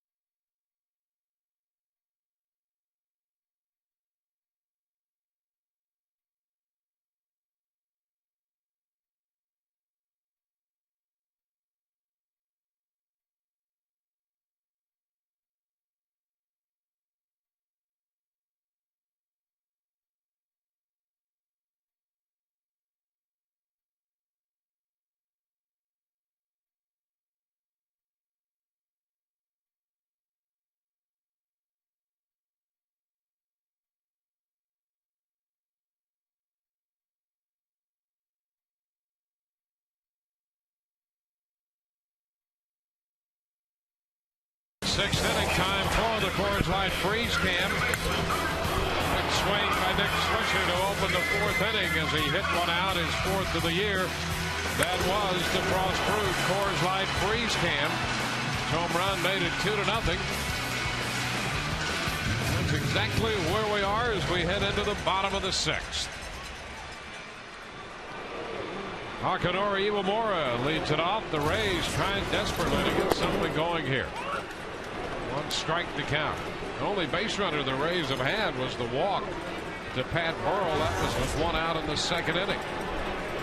Yeah, and the Yankees are thinking small ball here. They got Pena way up on the grass. 0-2 the count to Aki. He was looking bunt, but it won't be now with 2 strikes. And I think that's actually a good thinking, because you might have to lay a couple down and try to get something going. You got a ball game. This is a 2-0 game. You get one base runner, hey, you can make something happen. The tying run coming to play. 1 ball, 2 strikes. Yeah, you know, if a guy's pitching as well as Burnett, kind of force him to get him off the mound and move him around. Absolutely. He's in a groove right now. I mean, he's been in the windup virtually the whole game except for the one time. Aki's called out on strikes. A fastball got him looking. 7 strikeouts now for A.J. Burnett. Stop by the New Era Cap Corner on your next trip to Tropicana Field. There you can choose from Rays caps, novelties, accessories, and a whole line of items. New Era Cap, the official cap of Major League Baseball. Here's Jason Bartlett.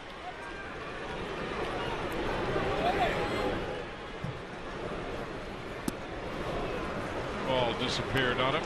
Another good break. One. Yep.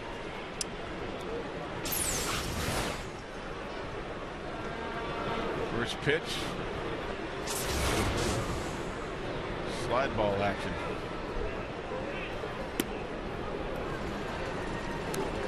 One and one.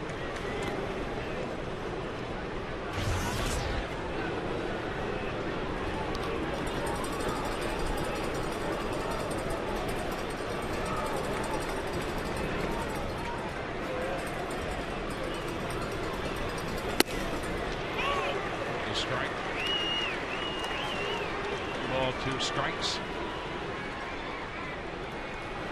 Comes out of his hand easy. That's, you know, we were talking about the way guys look on the mound last night. Scott Kazmir had that good look. Ball was coming out of his hand easy. That's how Burnett is tonight. 1 and 2. We talked about that no-hitter he threw back in 01 when he walked 9 men. Well, he's a completely different pitcher now. Well, not completely. He still has that great arm, but he is really a pitcher now. Yeah. At times more than he was then, and he's been right on tonight. Yeah, he's got the overhand curve, and then he's got kind of that slurvy type breaking ball that he's been throwing here the second, third time around the lineup, especially the third time around the lineup. So he's giving it a tougher look. He cultivated the fastball early, the power fastball and the overhand curve, and now he's got more of that slider action breaking ball going. Slipped it foul, right side, and will carry out a play. So, you know, a lot of that comes with Jose Molina. They just giving him direction. Because as a catcher, that's what you do. You want to cultivate the fastball, get that under control, both sides of the plate, bring the breaking ball along, and usually you don't have both of them early. I mean, you don't throw the whole arsenal in the first inning. And they were going fastball overhand curve early.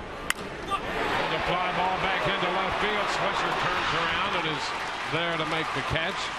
2 gone. Now Bartlett flies to left.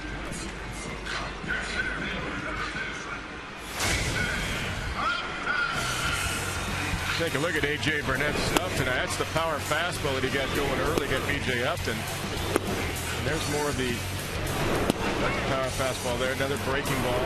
Another power fastball. Breaking ball to Navarro. Power fastball, but both sides of the plate. And command. I mean, that's why there's no hits on the board for the Rays right now. 5 2/3. Fouls it out of play for a strike. Remember that no-hitter he had back in 01?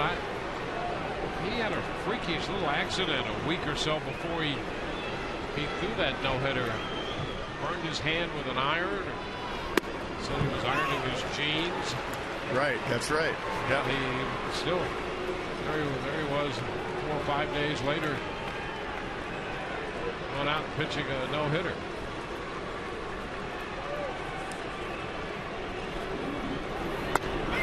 Fastball, strike 3 call, and it's a 1-2-3 inning. Burnett continues to dominate. We go to the 7th, 2-0 New York.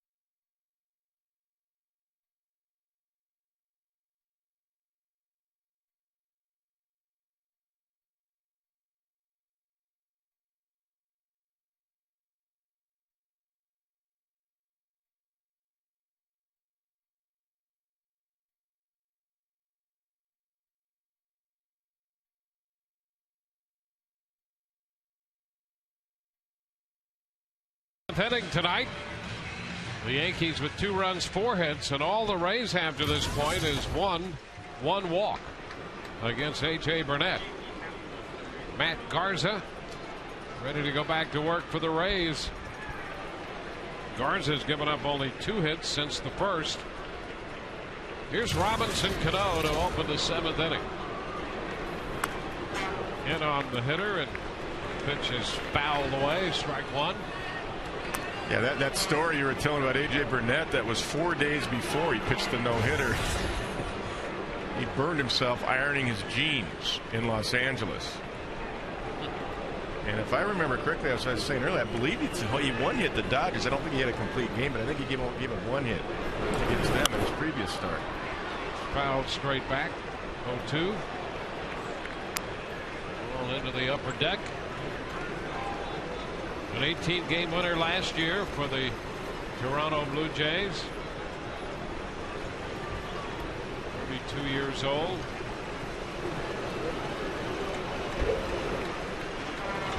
Been in charge tonight. Yeah, that no-hitter, he threw 121 fastballs. He threw just 6 curveballs that night. In walking 9, but no hitting San Diego. See that fastball, you weren't very comfortable stepping in against that fastball that night. Yeah. I guess at least you knew what you were going to get, but you didn't know where it was going. Yeah, that's not a good thing. You were afraid you might get more of it than you really wanted. That's right. Right in the meat.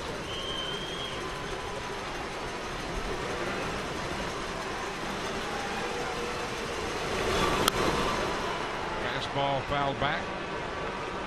Fastball up, and it's still 1-2. A.P. Howell getting some action. Matt Garza's really done a nice job, though. Kept the game right here. He's throwing extremely well. He can get through this inning. He's done his job. He made 93 pitches through 6, so he's at 97 right now.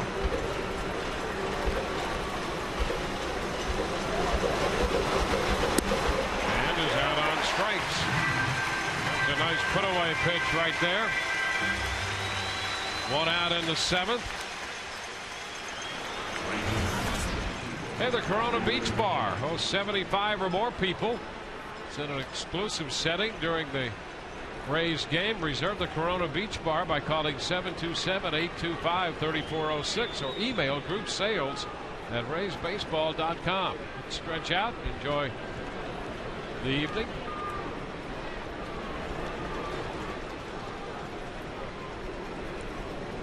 Xavier Nady upstairs.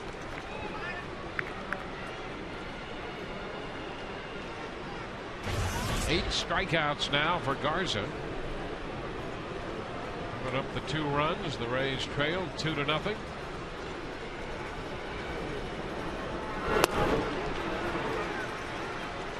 Two balls, no strikes. At 100 pitches right now. And 65 strikes, and that's a great percentage. Anything above 63 is above average. Tapper foul. 2-1. You know, and sometimes you can be too much around the plate, like Cliff Lee, although he was outstanding last year. But you know, when you throw 71-72% of the time you're throwing strikes, you're actually not wild enough. Yeah. You know what I'm talking about with that. Absolutely. Guys kind of dig in. They say, well, he never, knocks us down, and he's right there. Well, if you're going to be around the plate, you better move some people off the plate once in a while. Move their feet. You bet. I think that's actually what's happening to Cliff Lee right now. I saw him in the spring and his first couple of starts this year. Like that. Because the league knows, hey, guy throws first pitch strikes. I don't want to be 0-2. I'm going to jump on him. And that's what's been happening to him. So he's going to have to make an adjustment. Maybe get conveniently wild.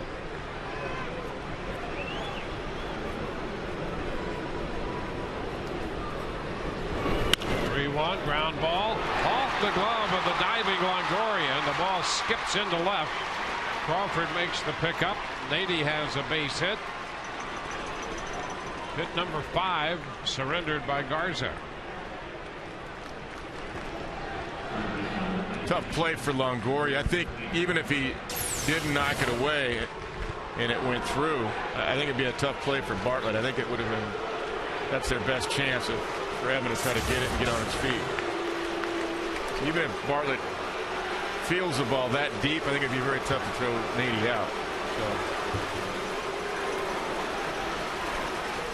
Nady gets the infield hit, but he hit pretty hard.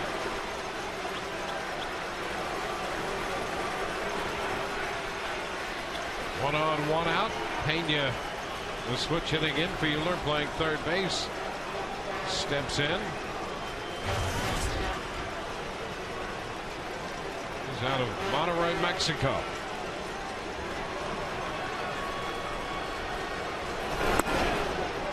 The pitch is a strike.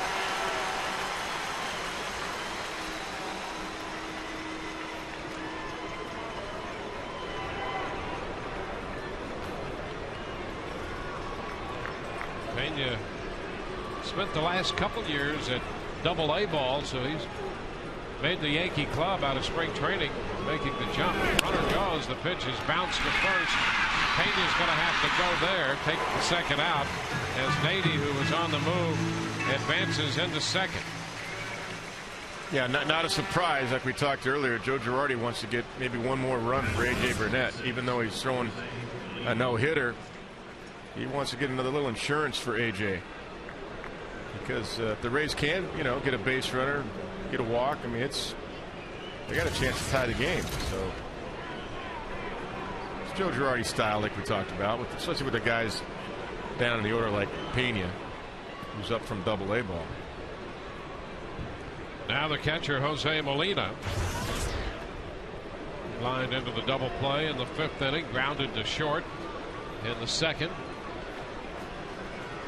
Goes after the fastball and misses. Strike 1. Now this is where Garza really wants to lock in and focus. This probably is his last hitter, and he knows it. He wants to save this run and finish strong and really put his best stuff and best energy into getting Molina out right here. I don't think Joe Madden really wants the pitch count to go too much higher than it is right now.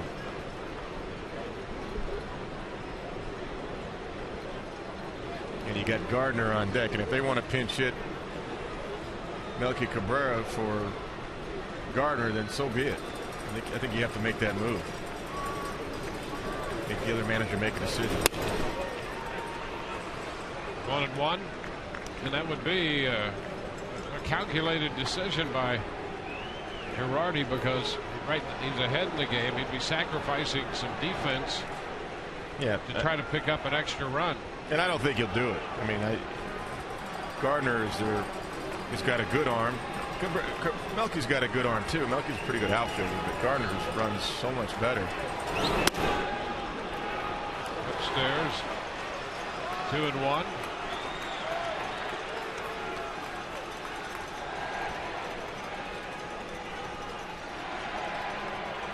But that's what you got JP up there for too. I mean, you've had him up since the start of the inning, so you got him up there for the lineup turning over. He's ready.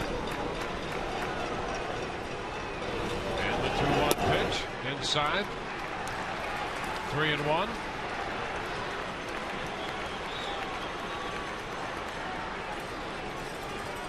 Garza at 109 pitches right now. Yeah, this would definitely be his last hitter.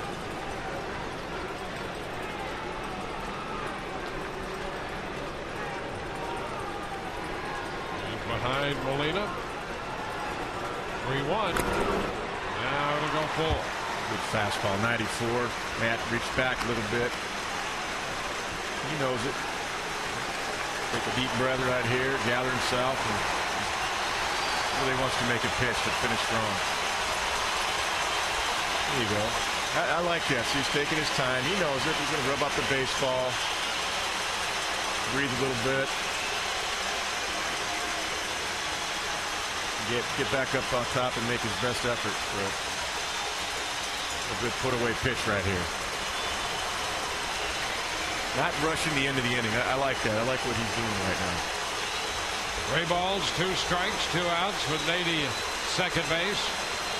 Molina the hitter, and Garza ready. Here it is. And a tap down to third. That'll be foul, and we'll do that again. Yeah, that was a good pitch too. Molina got a piece of it battling, but that was a really nice pitch and effort on Matt Garza. Here it is, breaking ball. A slider right there. That's a good pitch. Just off the end of the bat.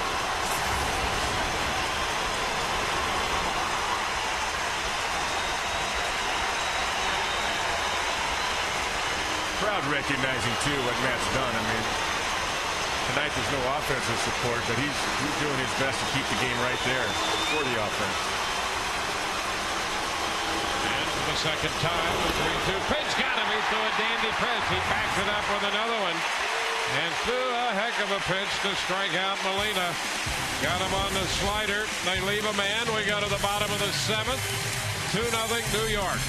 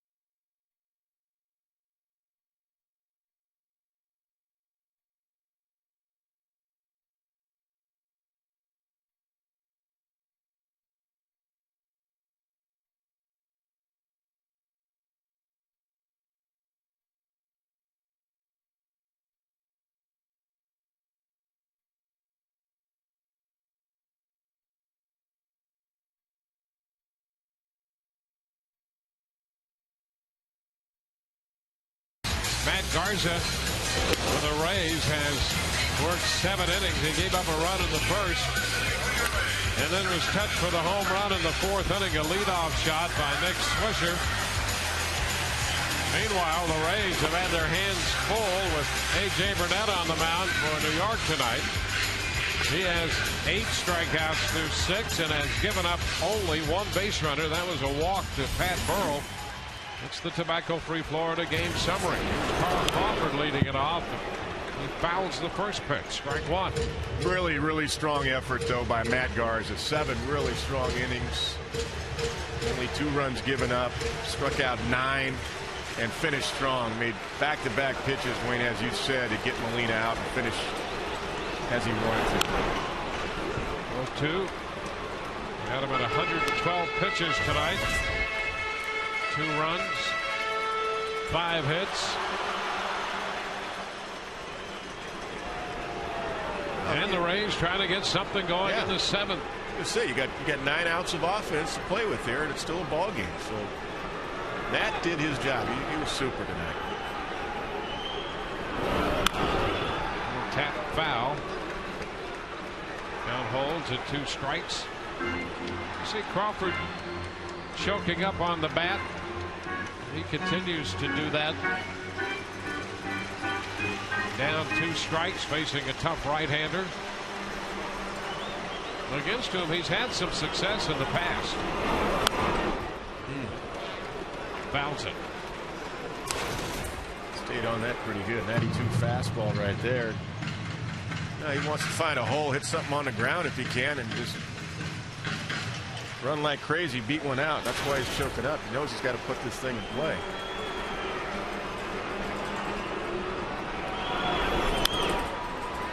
He's battling. You know, the Rays just haven't had many extended counts in this game, and Crawford's down 0-2, but this is going to be the 6th pitch. And I just don't think he's made more than 6 pitches to any one hitter tonight. I don't think so either. 81 pitches right now. Crawford lines it into left field. That's going to fall for a base hit. And the Rays get a leadoff single. Carl Crawford picked up the first hit of the night for the Rays. Boy, he battled for that hit, down 0-2.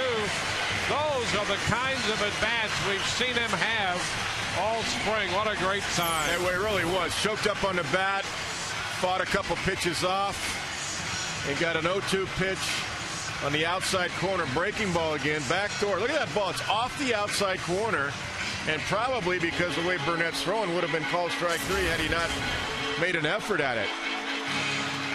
Super piece of hitting right there, and that's what you said. Bloop and a blast, and you're right there. Well, that was a great at-bat for Carl Crawford. So the Rays have a base runner. Burnett had retired 14 in a row since walking Pat Burrell in the 2nd. And here's the other thing. Now, Burnett has not been in the stretch since the second inning. And, you know, you hope that affects him if you're the Rays, of course. Here's Evan Longoria. Crawford back in there at first. And you hope the speed of Crawford affects him too, where he has to rush the plate a little bit, because this is a ball game and you got your best hitter right up there right now. 467 coming in for Evan Longoria. Over to first. Crawford's back in there. Evans 0 for 2 with a couple of punch outs. He's at 438, but hey, this is a situation you want him up. You got your core up there now, 3, 4, and 5. Well, Longoria off to a great start, but he's trying to break through against Burnett. He's had a lot of trouble against him. And there's a base hit through the hole. Crawford stops at second. So Longoria, who was 1 for 12 lifetime against Burnett, coming into that at bat, singles through the hole. Well, that's what we're talking about, because Burnett has not been in the stretch. And that ball is just up and out over the plate. Not quite as much on it as it was from the windup. And Evans scored it up nicely. And a clean, crisp base hit to left field. That's why it was so important for Matt Garza to get through that inning and leave it right there. Because now you got the go-ahead run at the plate. And the right guy at the plate, Carlos Pena. Middle of the order here with men at first and second.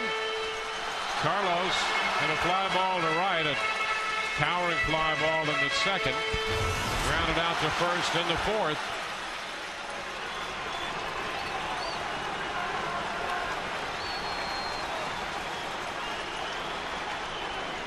Burnett ready to work.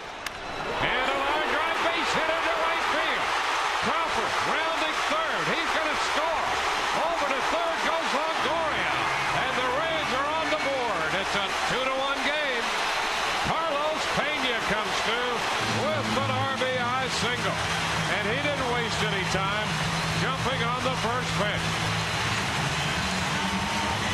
First two pitches for A.J. Burnett from the stretch are base hits. This is a hanging breaking ball. Not as much bite to it as he had the whole game. Not as much, not the same from the stretch. Look at that, flat on the same plane as the bat. And Carlos laces it into right field.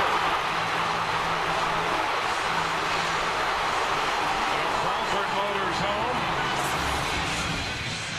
on the base hit by Pena. That also sent Longoria to third. Dave Island, the pitching coach, spending some time with A.J. Burnett. Pat Burrell's going to be the hitter for the Rays. So now it's a one-run ball game.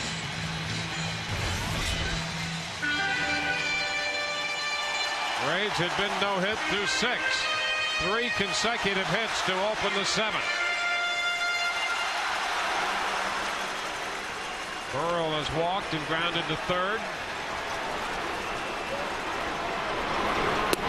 Pitch, he takes it down. 1 ball, no strikes.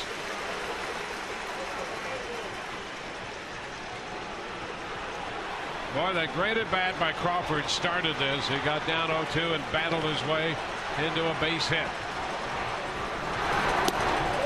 Low and outside, ball 2. 2-0.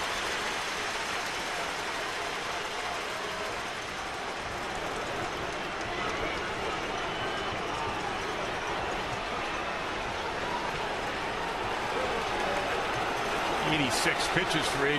Burnett.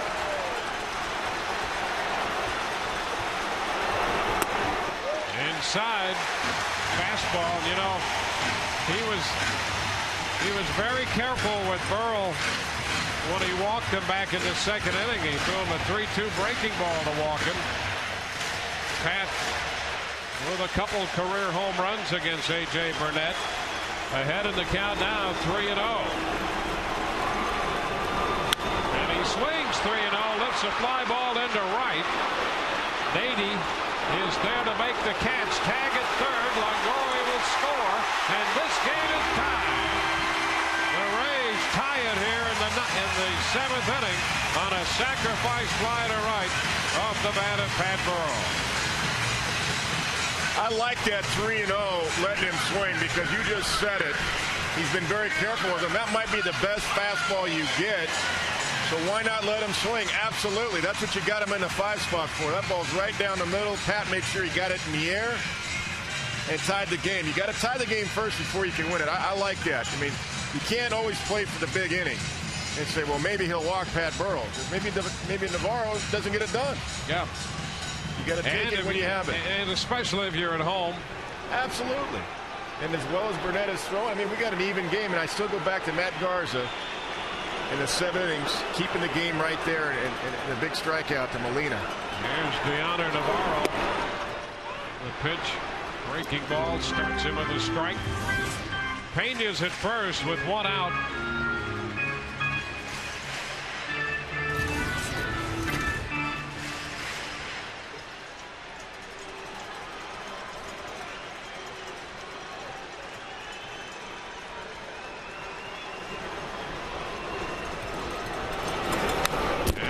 Foul ball back, 2 strikes. Ben Zobrist is on deck here in the 7th inning. How about that? In what is now a tie game. As you know, it was Zobrist who hit the big home run in that game against Toronto off A.J. Burnett last July.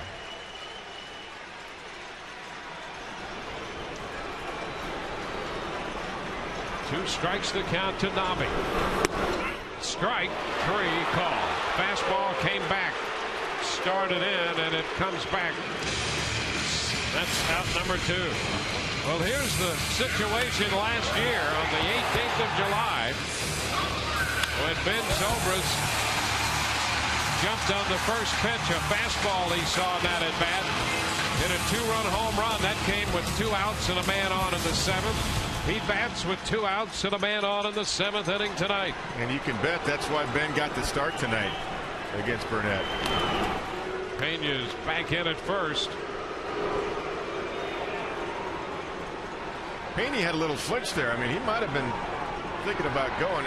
You do have to be careful, though, because Molina throws so well. You don't want to run yourself out of this inning. You got to get deeper in the count. Zobrist takes it inside, step go to first. Oh, Pena's picked off. There's the arm by Molina as he picks off Pena to retire the side. Rays score 2 to tie it. Pena's RBI single and Burrow's sacrifice fly. We're tied 2-2.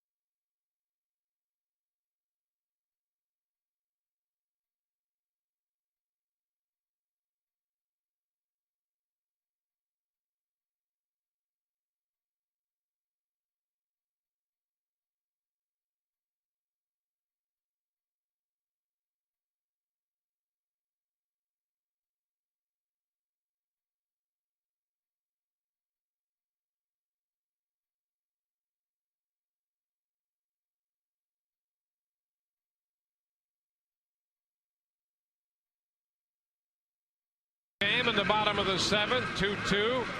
Pick off Carlos Pena at first by Jose Molina. Ended the inning. Yeah, with on the knees right there behind the hitter. And they did get Carlos. And, you know, they said, watch the lead. Little secondary, 1 shuffle, 2 shuffles. And from the knees. And that's the right call. Ed Montague, first base umpire. That's how quick Jose Molina is. I think Jose sensed on the throw over the pitch before that Pena was thinking about taking off. J.P. Howell, the new Rays pitcher. First pitch to Brett Gardner is in there for a strike. So Garza's gone after 112 pitches, 7 innings, 5 hits, 2 runs. He struck out 9 and walked 2 and pitched himself a heck of a game. Kept the Rays to within 2 and they finally tied it. And that's why you do that. That's why you battle and battle and battle and keep the game. The guy that's throwing a no-hitter for 6 when you're within 2 runs, 1 base runner, and you get the tying run at the plate. That's exactly what happened. Credit to Matt Garza. Ground ball foul. Down beyond Mick Kelleher in the coaching box at first. And it's 1-2.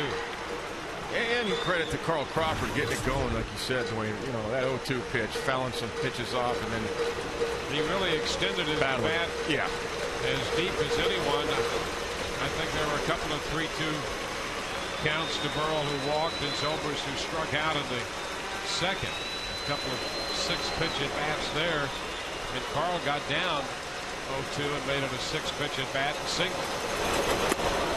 Oh, wow. That was very close. Wow. Took a lot of nerve to take that pitch. Yeah, that's a tough pitch. It's not where Navarro caught it. It looked like with that breaking ball, might have caught the outside corner before Navarro caught it. And that's too close to take.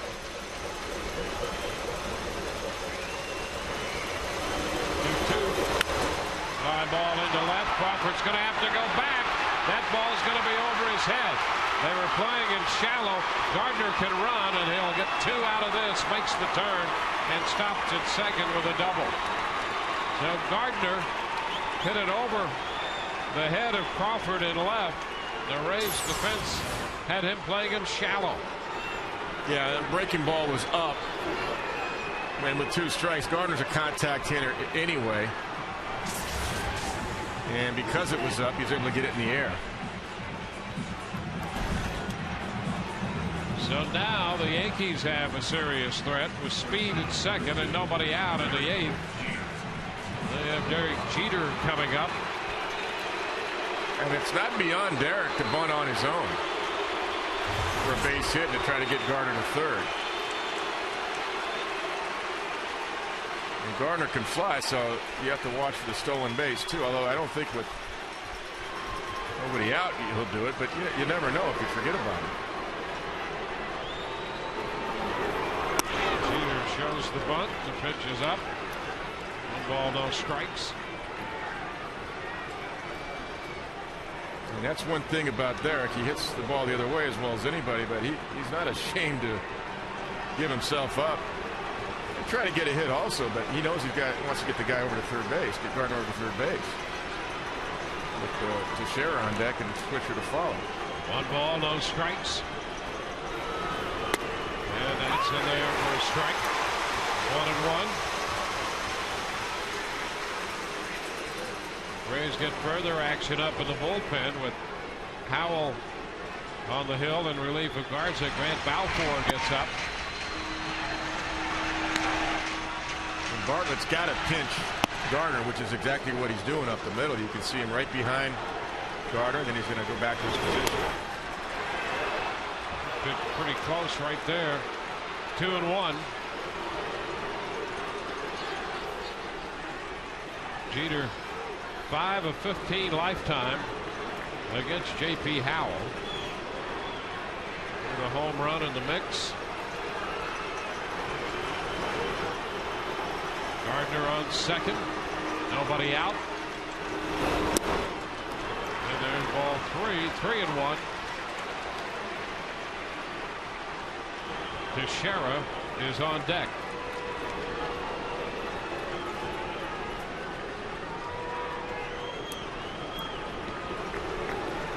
So the tough part of the lineup here for the Rays bullpen.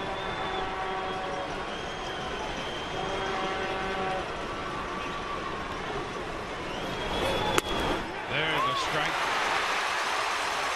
Back to catch the plate. And the count goes full. That little tailing action back over the inside corner. That is a perfect pitch right there. Look at that tail back over the corner. Good look right there by Navarro. He freezes it. And Chris Guccione, the open umpire, sees it because of that. Garza worked 7. Howell has just started the 8th. And it's second. And a full count on Jeter. Here it is. He jams him in a little popper into short center over the head of Iwamura. Upton comes up with the ball. Gardner stopped at third. He had to play it safe to see if that ball was going to fall in or be caught. It was just out of the reach of Iwamura. So now the Yankees deepen the threat. First and third. Teixeira is going to be the hitter, and Joe Madden comes out of the Rays dugout.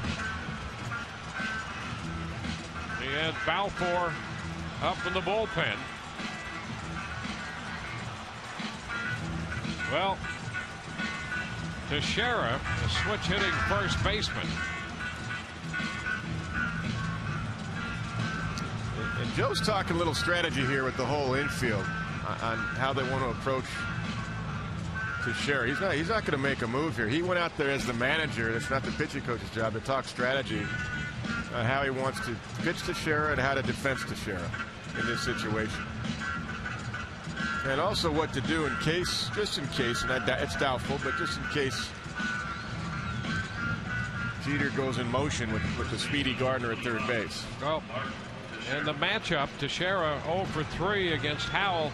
Throughout his career, he's been a little better right-handed hitter, better for average from the right side.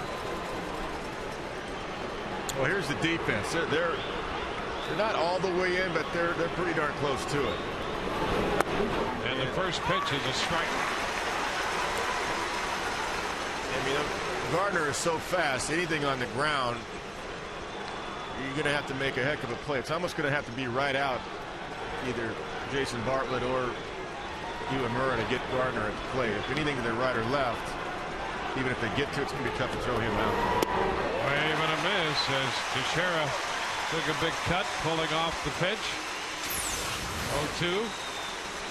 A.P. Howell right here. Look at this breaking ball. Bottom falling out of it. Beautiful pitch. Teixeira actually pulled off that. Now, the wrist bothers him more from the right side because it's his left wrist, and that's his lead arm, and that's your most important as a hitter. And an end. That's why he was not in the lineup last night with the left-hander Casimir on the hill because of the wrist injury. I mean, that lead arm is what you have to get flex and short to the ball, and that's what's bothered him, the left wrist.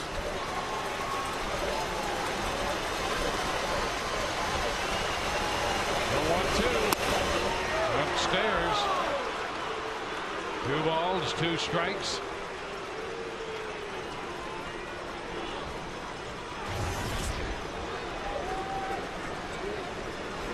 Nothing wrong with that pitch, though. Changing the eyesight a little bit. And you got to go to your strikeout pitch right here. Close. Jeter's back in. Just to let you know, I know you're over there, Derek. That's what that was. And forget about possible running game. It's just 2-2. You know, it's a great running count, as I talked about.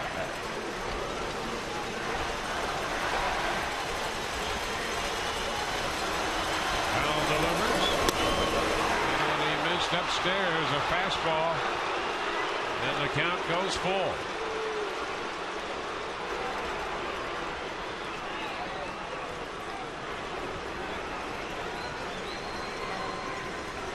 So now you got a running count for Derek Jeter, 3-2. Mark Teixeira has a great eye. Jeter first, Gardner third. 3-2 and a high fly ball back into left field. Crawford approaching the track, makes the catch. The tag at third by Gardner. He's going to score. Jeter holds it first, and the Yankees take the lead on a sacrifice fly. It's a 3-2 ball game.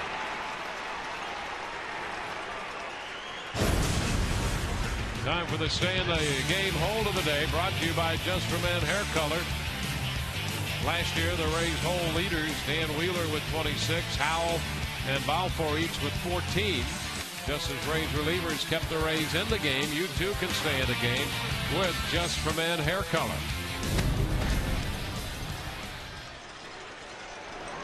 Now Nick Swisher, another switch hitter, batting right-handed.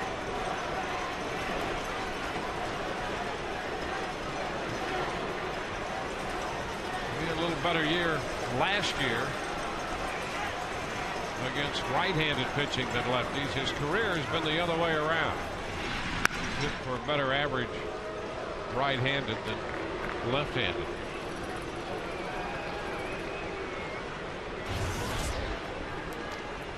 You know, for Mark Teixeira, that's 4 3-2 counts in a row in this game for him. So it's one of the things he does well. He does work the count. I mean, he gets you deep. As an opposing pitcher, he's always been able to do that. Pitch to Swisher is a strike. Checkers double of the game. Swisher, who homered in the 4th, picked up a double, his 4th of the year in the 6th inning, his 2nd hit. As he stands in there now, he is 2 for 4. You know what Swisher's doing right now, seeing him in these 2 games here, he's really using the lower half of his body well. He's getting down and through it. Swing is really fluid. Not jumping at all. 1-1.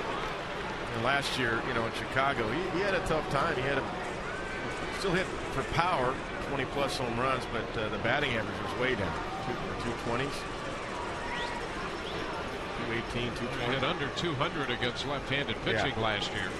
But right now, see the side shot there. I mean, he's really using the lower half of his body well. Lifts a fly ball into center. Upton will go back for this one. Jeter halfway, and he retreats to first. 2 outs here in the 8th. Reminder, fans, you can team up with the St. Petersburg Times this year, the local newspaper, with one of the top 10 sports sections in the country. Subscribe by calling 877 The Times or visiting TampaBay.com. Well, a parade of switch hitters. Jorge Posada, the 3rd consecutive switch hitter, will step in here in the 8th inning against Howell. He drove in a run with a fly ball to center in the 1st. Otherwise, nothing out of 2.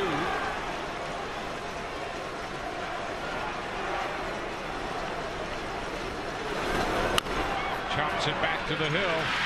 JP has it, and the throw to first in time retires the side. New York scores a run on 2 hits. They leave a man. We go to the bottom of the 8th. 3-2 New York.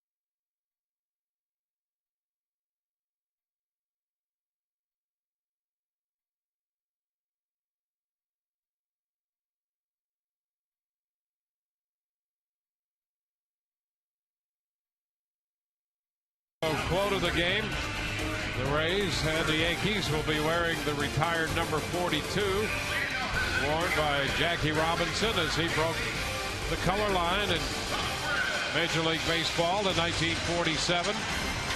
So baseball will be honoring the memory of Jackie Robinson tomorrow.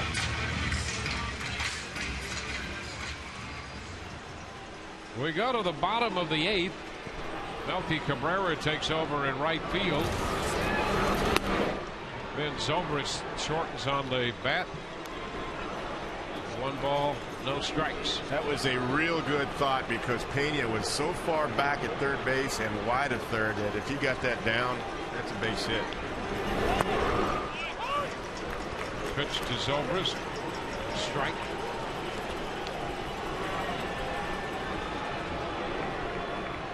A.J. Burnett allowed 2 runs, 3 hits. 3-2 New York leading, bottom of the 8th. And it's lifted foul down the left side. Long run for Swisher into the bullpen. He's there and makes the catch. Zobrist is the first out in the 8th.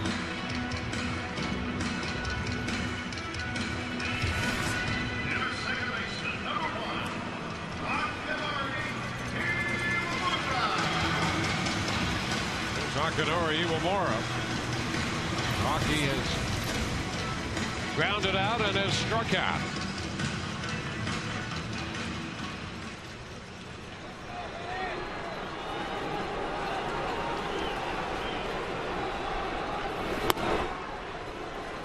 Pitch is upstairs. Tommaso Marte, the left-hander, on the right side of your screen. Brian Bruni, the right-handed pitcher, he's on the left side of the screen. And Burnett's pushing toward 100 now here.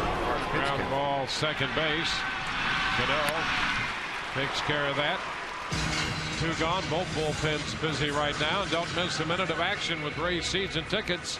Save up to 35%. Get great benefits in the best seats at Tropicana Field. Use them at the office for clients or spend time with the kids. Call 888-FAN-RAYS.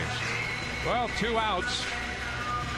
Jason Bartlett will be up with the bases empty. The Rays have Troy Percival and Dan Wheeler in their bullpen up the right field line.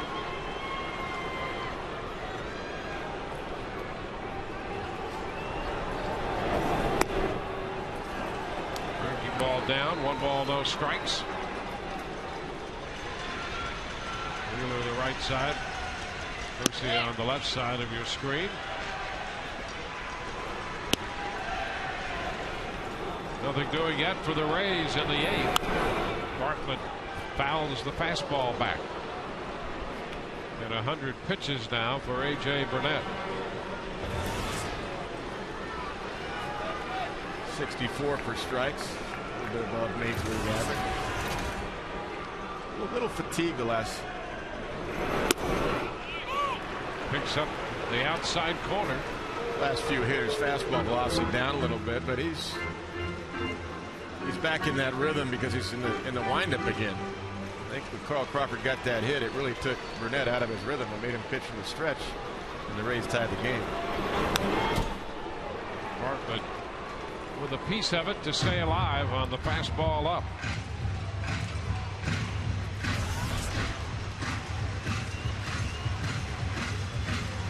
Jason off to a good start at the plate. Battling down in the count here against Burnett. And he bounces it to the shortstop, Jeter.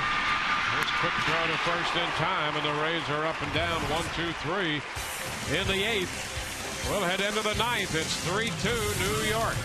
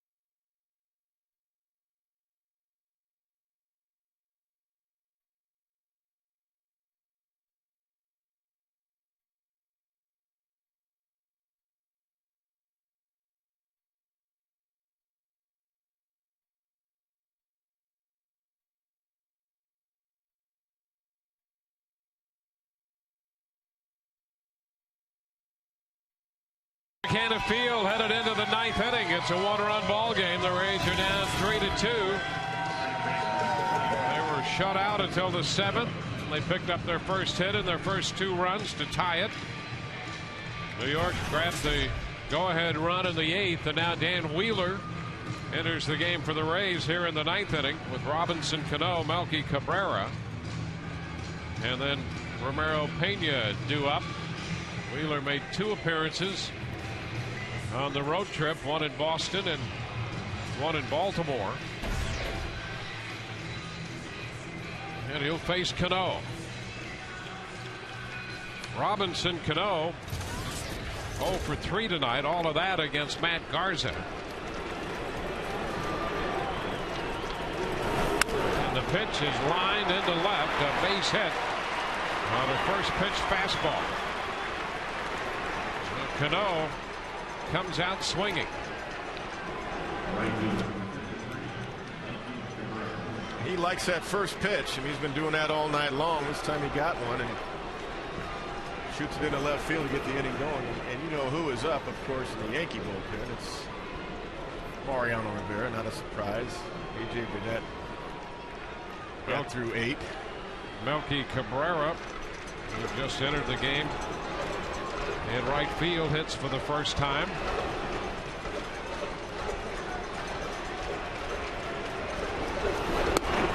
And he takes a pitch for a strike.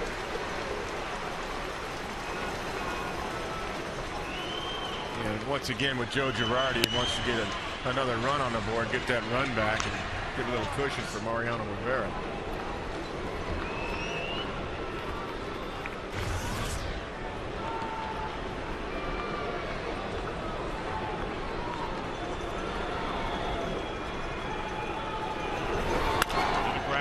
That's going to go through the right side for a base hit. Cano stops at second. The throw back there, and he's back in. So 2 men on with nobody out. Let's check in with Whit Watson.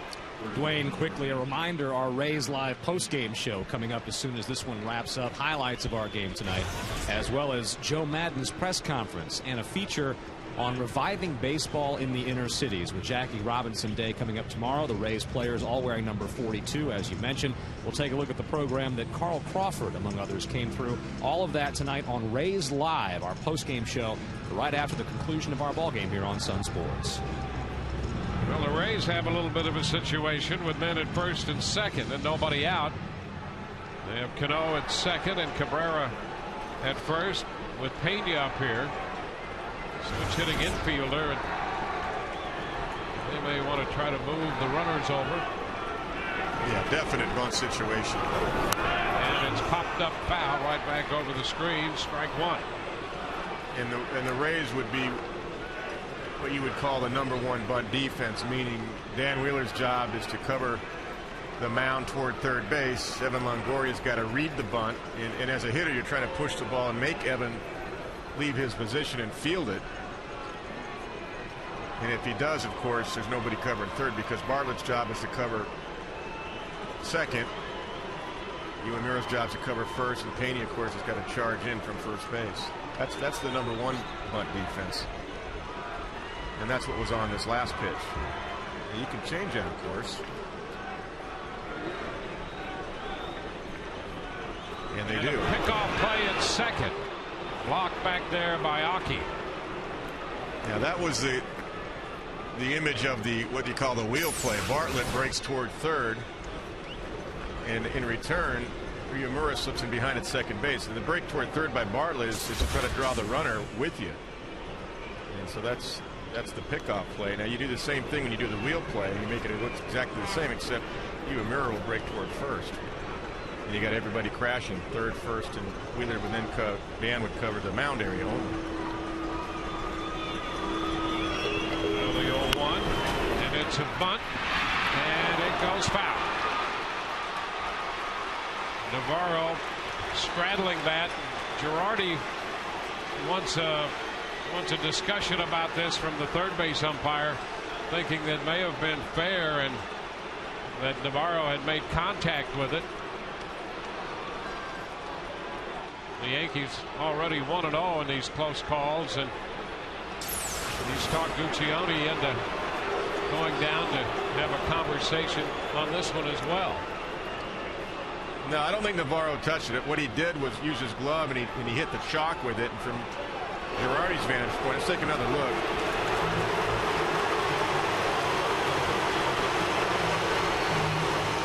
Navarro didn't touch it.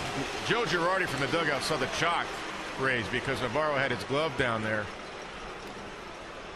And with his catcher's mitt, he raised the chalk up. And don't blame Girardi for going out there. He got a little call out of it. I mean, he asked for help, and they got the call right on that one. Well, 1 for 2. 1 for 2. Which is not good enough for an umpire. So it's a 2-strike count to Pena here in this bunting situation. A couple of base hits to start the inning. First and second. And it still may be on. I mean, it's still bunt with 2 strikes. And he starts to go and check the time on the appeal. And Randazzo at third.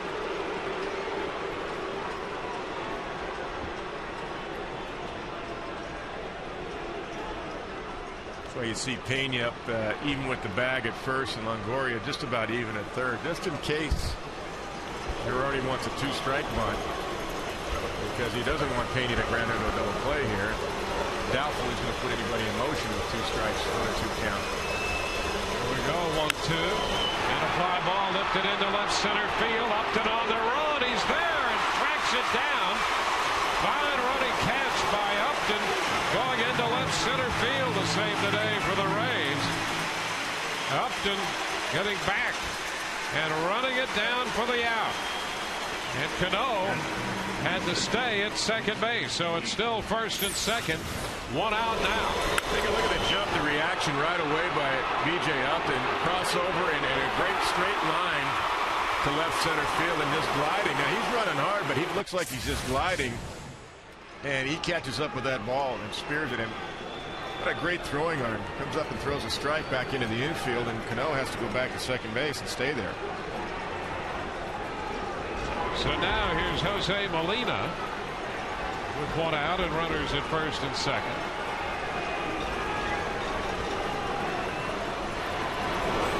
Molina takes a strike around the knees.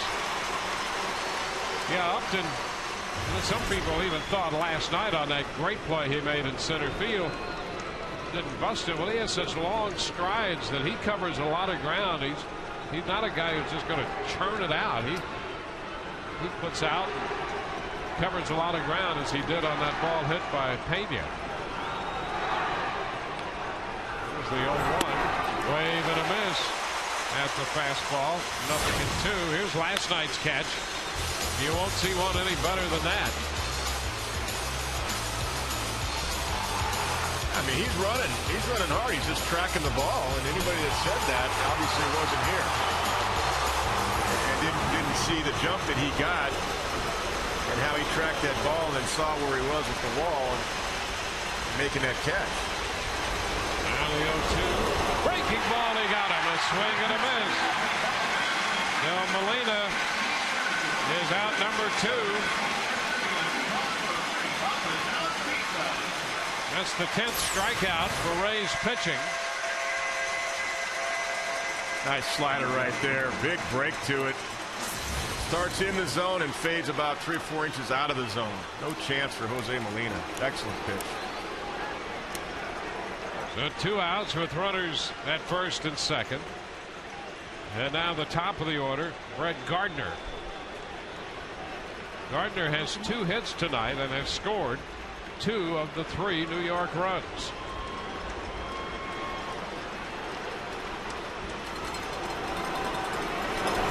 The pitch is a strike. Wheeler starts him with a fastball. Oh, Crawford is way in again, and he should be, because you got to cut the runoff if there is a base hit to left field. See where he's at now. There's nothing wrong with that, even last inning, because you play the percentages, and sometimes you're going to get burned. And if your pitcher doesn't make a good pitch, yeah, the ball might go over your head. This one is fouled back. Another fastball. 0-2. You got to live and die with the percentages. You can't always play against the double like last inning and have Crawford way back and then have Brett Gardner drop one in and then steal second. What's the difference? Go man inflation percentage in his defensive alignments. 2 men on with 2 men out. 2 strikes to count to Gardner.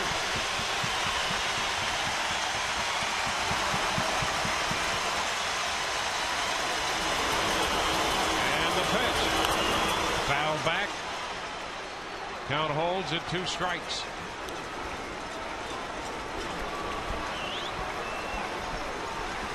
Garza worked the front 7. Gave up 2 runs. Howell worked the 8th. Charge of the run. Now Wheeler here in the 9th trying to pitch out of the spot.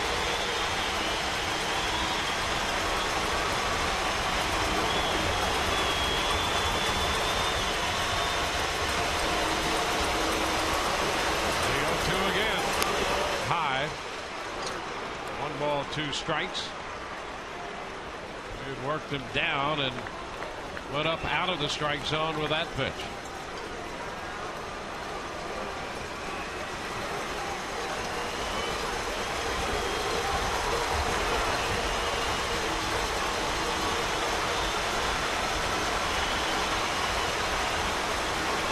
Second, Cabrera first.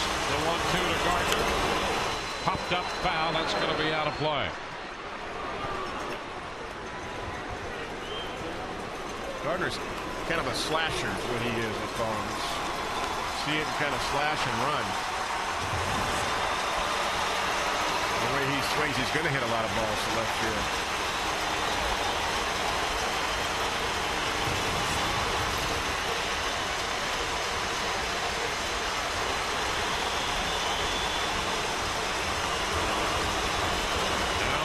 Pitch on its way, and a fly ball into center field. Upton going back, still going back. It's going to be over his head and will bounce up over the wall.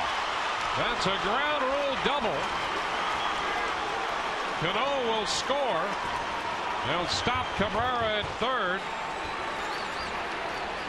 His second straight double. Gardner doubles over the head of Upton, and it bounced over the wall. Now it's 4-2. And the Rays get a break there because that would have been a 2-run double. Let's take a look at the pitch. Navarro sets up outside. Well, it's up, and that's the problem. It's up above the belt, and just like last inning in the 8th, J.P. Howell got a ball up, and this time Dan Wheeler gets a ball up, and it burns the defense. But like I said a moment ago, you got to live with that. The pitch is made. Gardner's not going to hit the ball like that. Now here's Jeter. Big ball is in there for a strike. Jeter 2 for 4. 2 men in scoring position now. You know, the chances are that Gardner's going to hit a lot more balls in front of you in the outfield than doing what he did the last 2 innings. I think it's more of an aberration.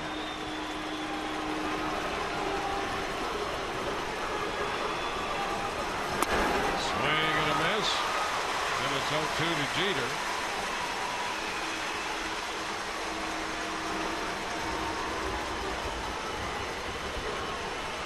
Cano has scored the run to make it a 2-run game again.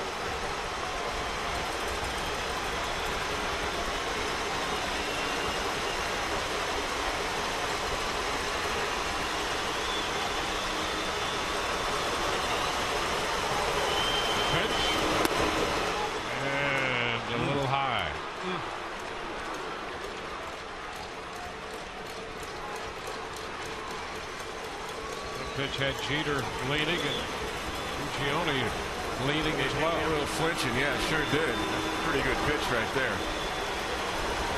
Jeter will do that anyway. You know, he backs out of the way on a ball from the inside corner a lot of times. He lays off the slider in the dirt. 2-2. Well, this is huge right here to save this because it's still a ball game. You got a shot in the 9th. 3 outs of offense to play with, down 2 runs. The second and third, you got to save this right here.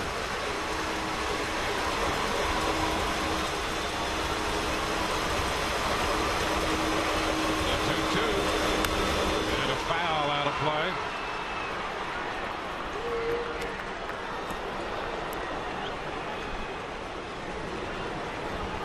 Well, in the 8th, the Yankees put the leadoff man on and turned it into a run. And here in the 9th, they put the leadoff man on and they turned it into a run.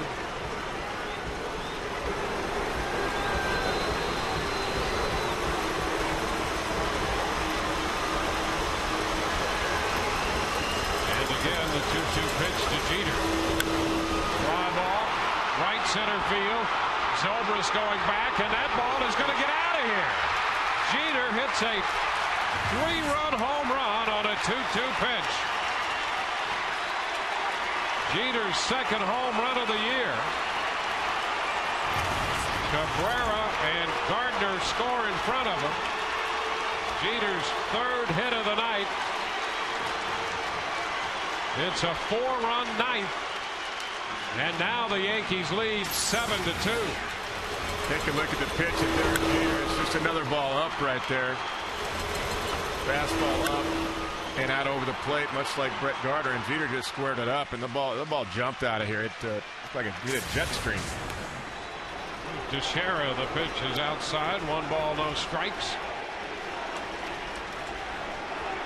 So a 4-run ninth, 4 hits, and 4 runs. Teixeira hits a ground ball right side. Hockey bobbles it, but comes up with it and makes the throw to first to retire the side. 4-run score in the inning, and we'll go to the bottom of the 9th. It's now 7-2 New York.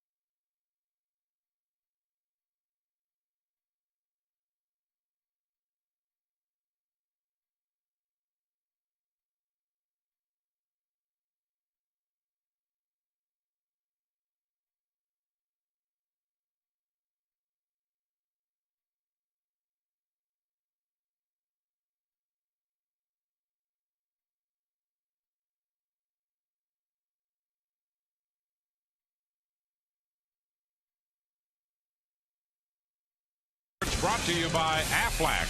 Ask about it at work. By Tobacco Free Florida. Tobacco Free Florida wants you to be tobacco free. Visit tobaccofreeflorida.com for more information. And by Geico. 15 minutes could save you 15% on car insurance. Visit us at geico.com or call 1-800-947-AUTO.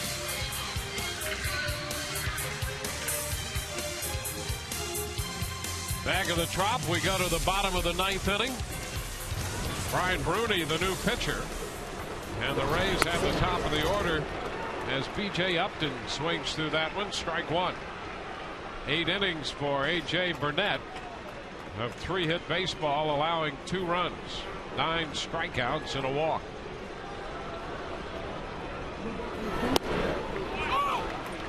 There's a strike. Brian has a really good arm, and he took exception when people said, hey, Jabba Chamberlain should be in the 8th inning guy. Yankees don't have anybody to do that job. And he took exception to that, said, I can do that job. A little bit outside, 1-2. Different situation now, though, with a 5-run lead. But what Joe Girardi did, Bruni had been up in the 8th inning. And then as soon as they scored the extra run, made it 4-2 after Gardner's double, Bruni got back up with Mariano Rivera. And Joe Girardi did the right thing, anticipating a bigger inning. I don't want to use Mariano Rivera sitting back down, and that's exactly what happened. So Bruni was ready. A swing and a miss. Upton is out on strikes. One away at the bottom of the ninth.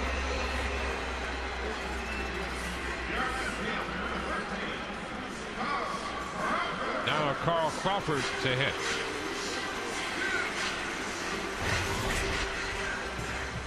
Crawford singled in the 7th inning and scored. He started the Rays' 2-run inning, picking up their first hit of the night.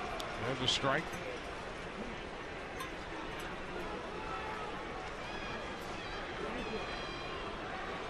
Rays and the Yankees play again tomorrow. Wrapping up the series. There's a strike. 0-2. Rays took the first game last night, battled back to tie it, only to see the Yankees score a run in the 8th and then put a 4 spot up in the 9th inning. And Crawford is called out on strikes. So 2 up, 2 down in the 9th inning. We'll be with you tomorrow on Sun Sports at 4 o'clock. Andy Sonnenstein against Andy Pettit. Then the White Sox are in Thursday evening on FS Florida. Friday night on Sun Sports. And Saturday evening on FS Florida. And Sunday afternoon, the White Sox and the Rays on Sun Sports. Longoria takes a cut and misses. Strike 1. No, you're not going to find a much better pitch game that the Rays had to face than A.J. Burnett tonight. I mean, Josh Beckett was great last week for the Red Sox. But Burnett to battle back down 2-0 after being no hit for 6. Some high heat there. A swing through it by Longoria. 0-2. It was pretty impressive. You know, really scrapping back like they did and getting a couple in the 7th inning is a lot of character. And a swing and a miss. Bruni strikes out the side, and the Yankees have beaten the Rays tonight. It's a 7-2 final. 1-2-3 go the Rays in the 9th inning, and the series is now even at a game apiece as the Rays win last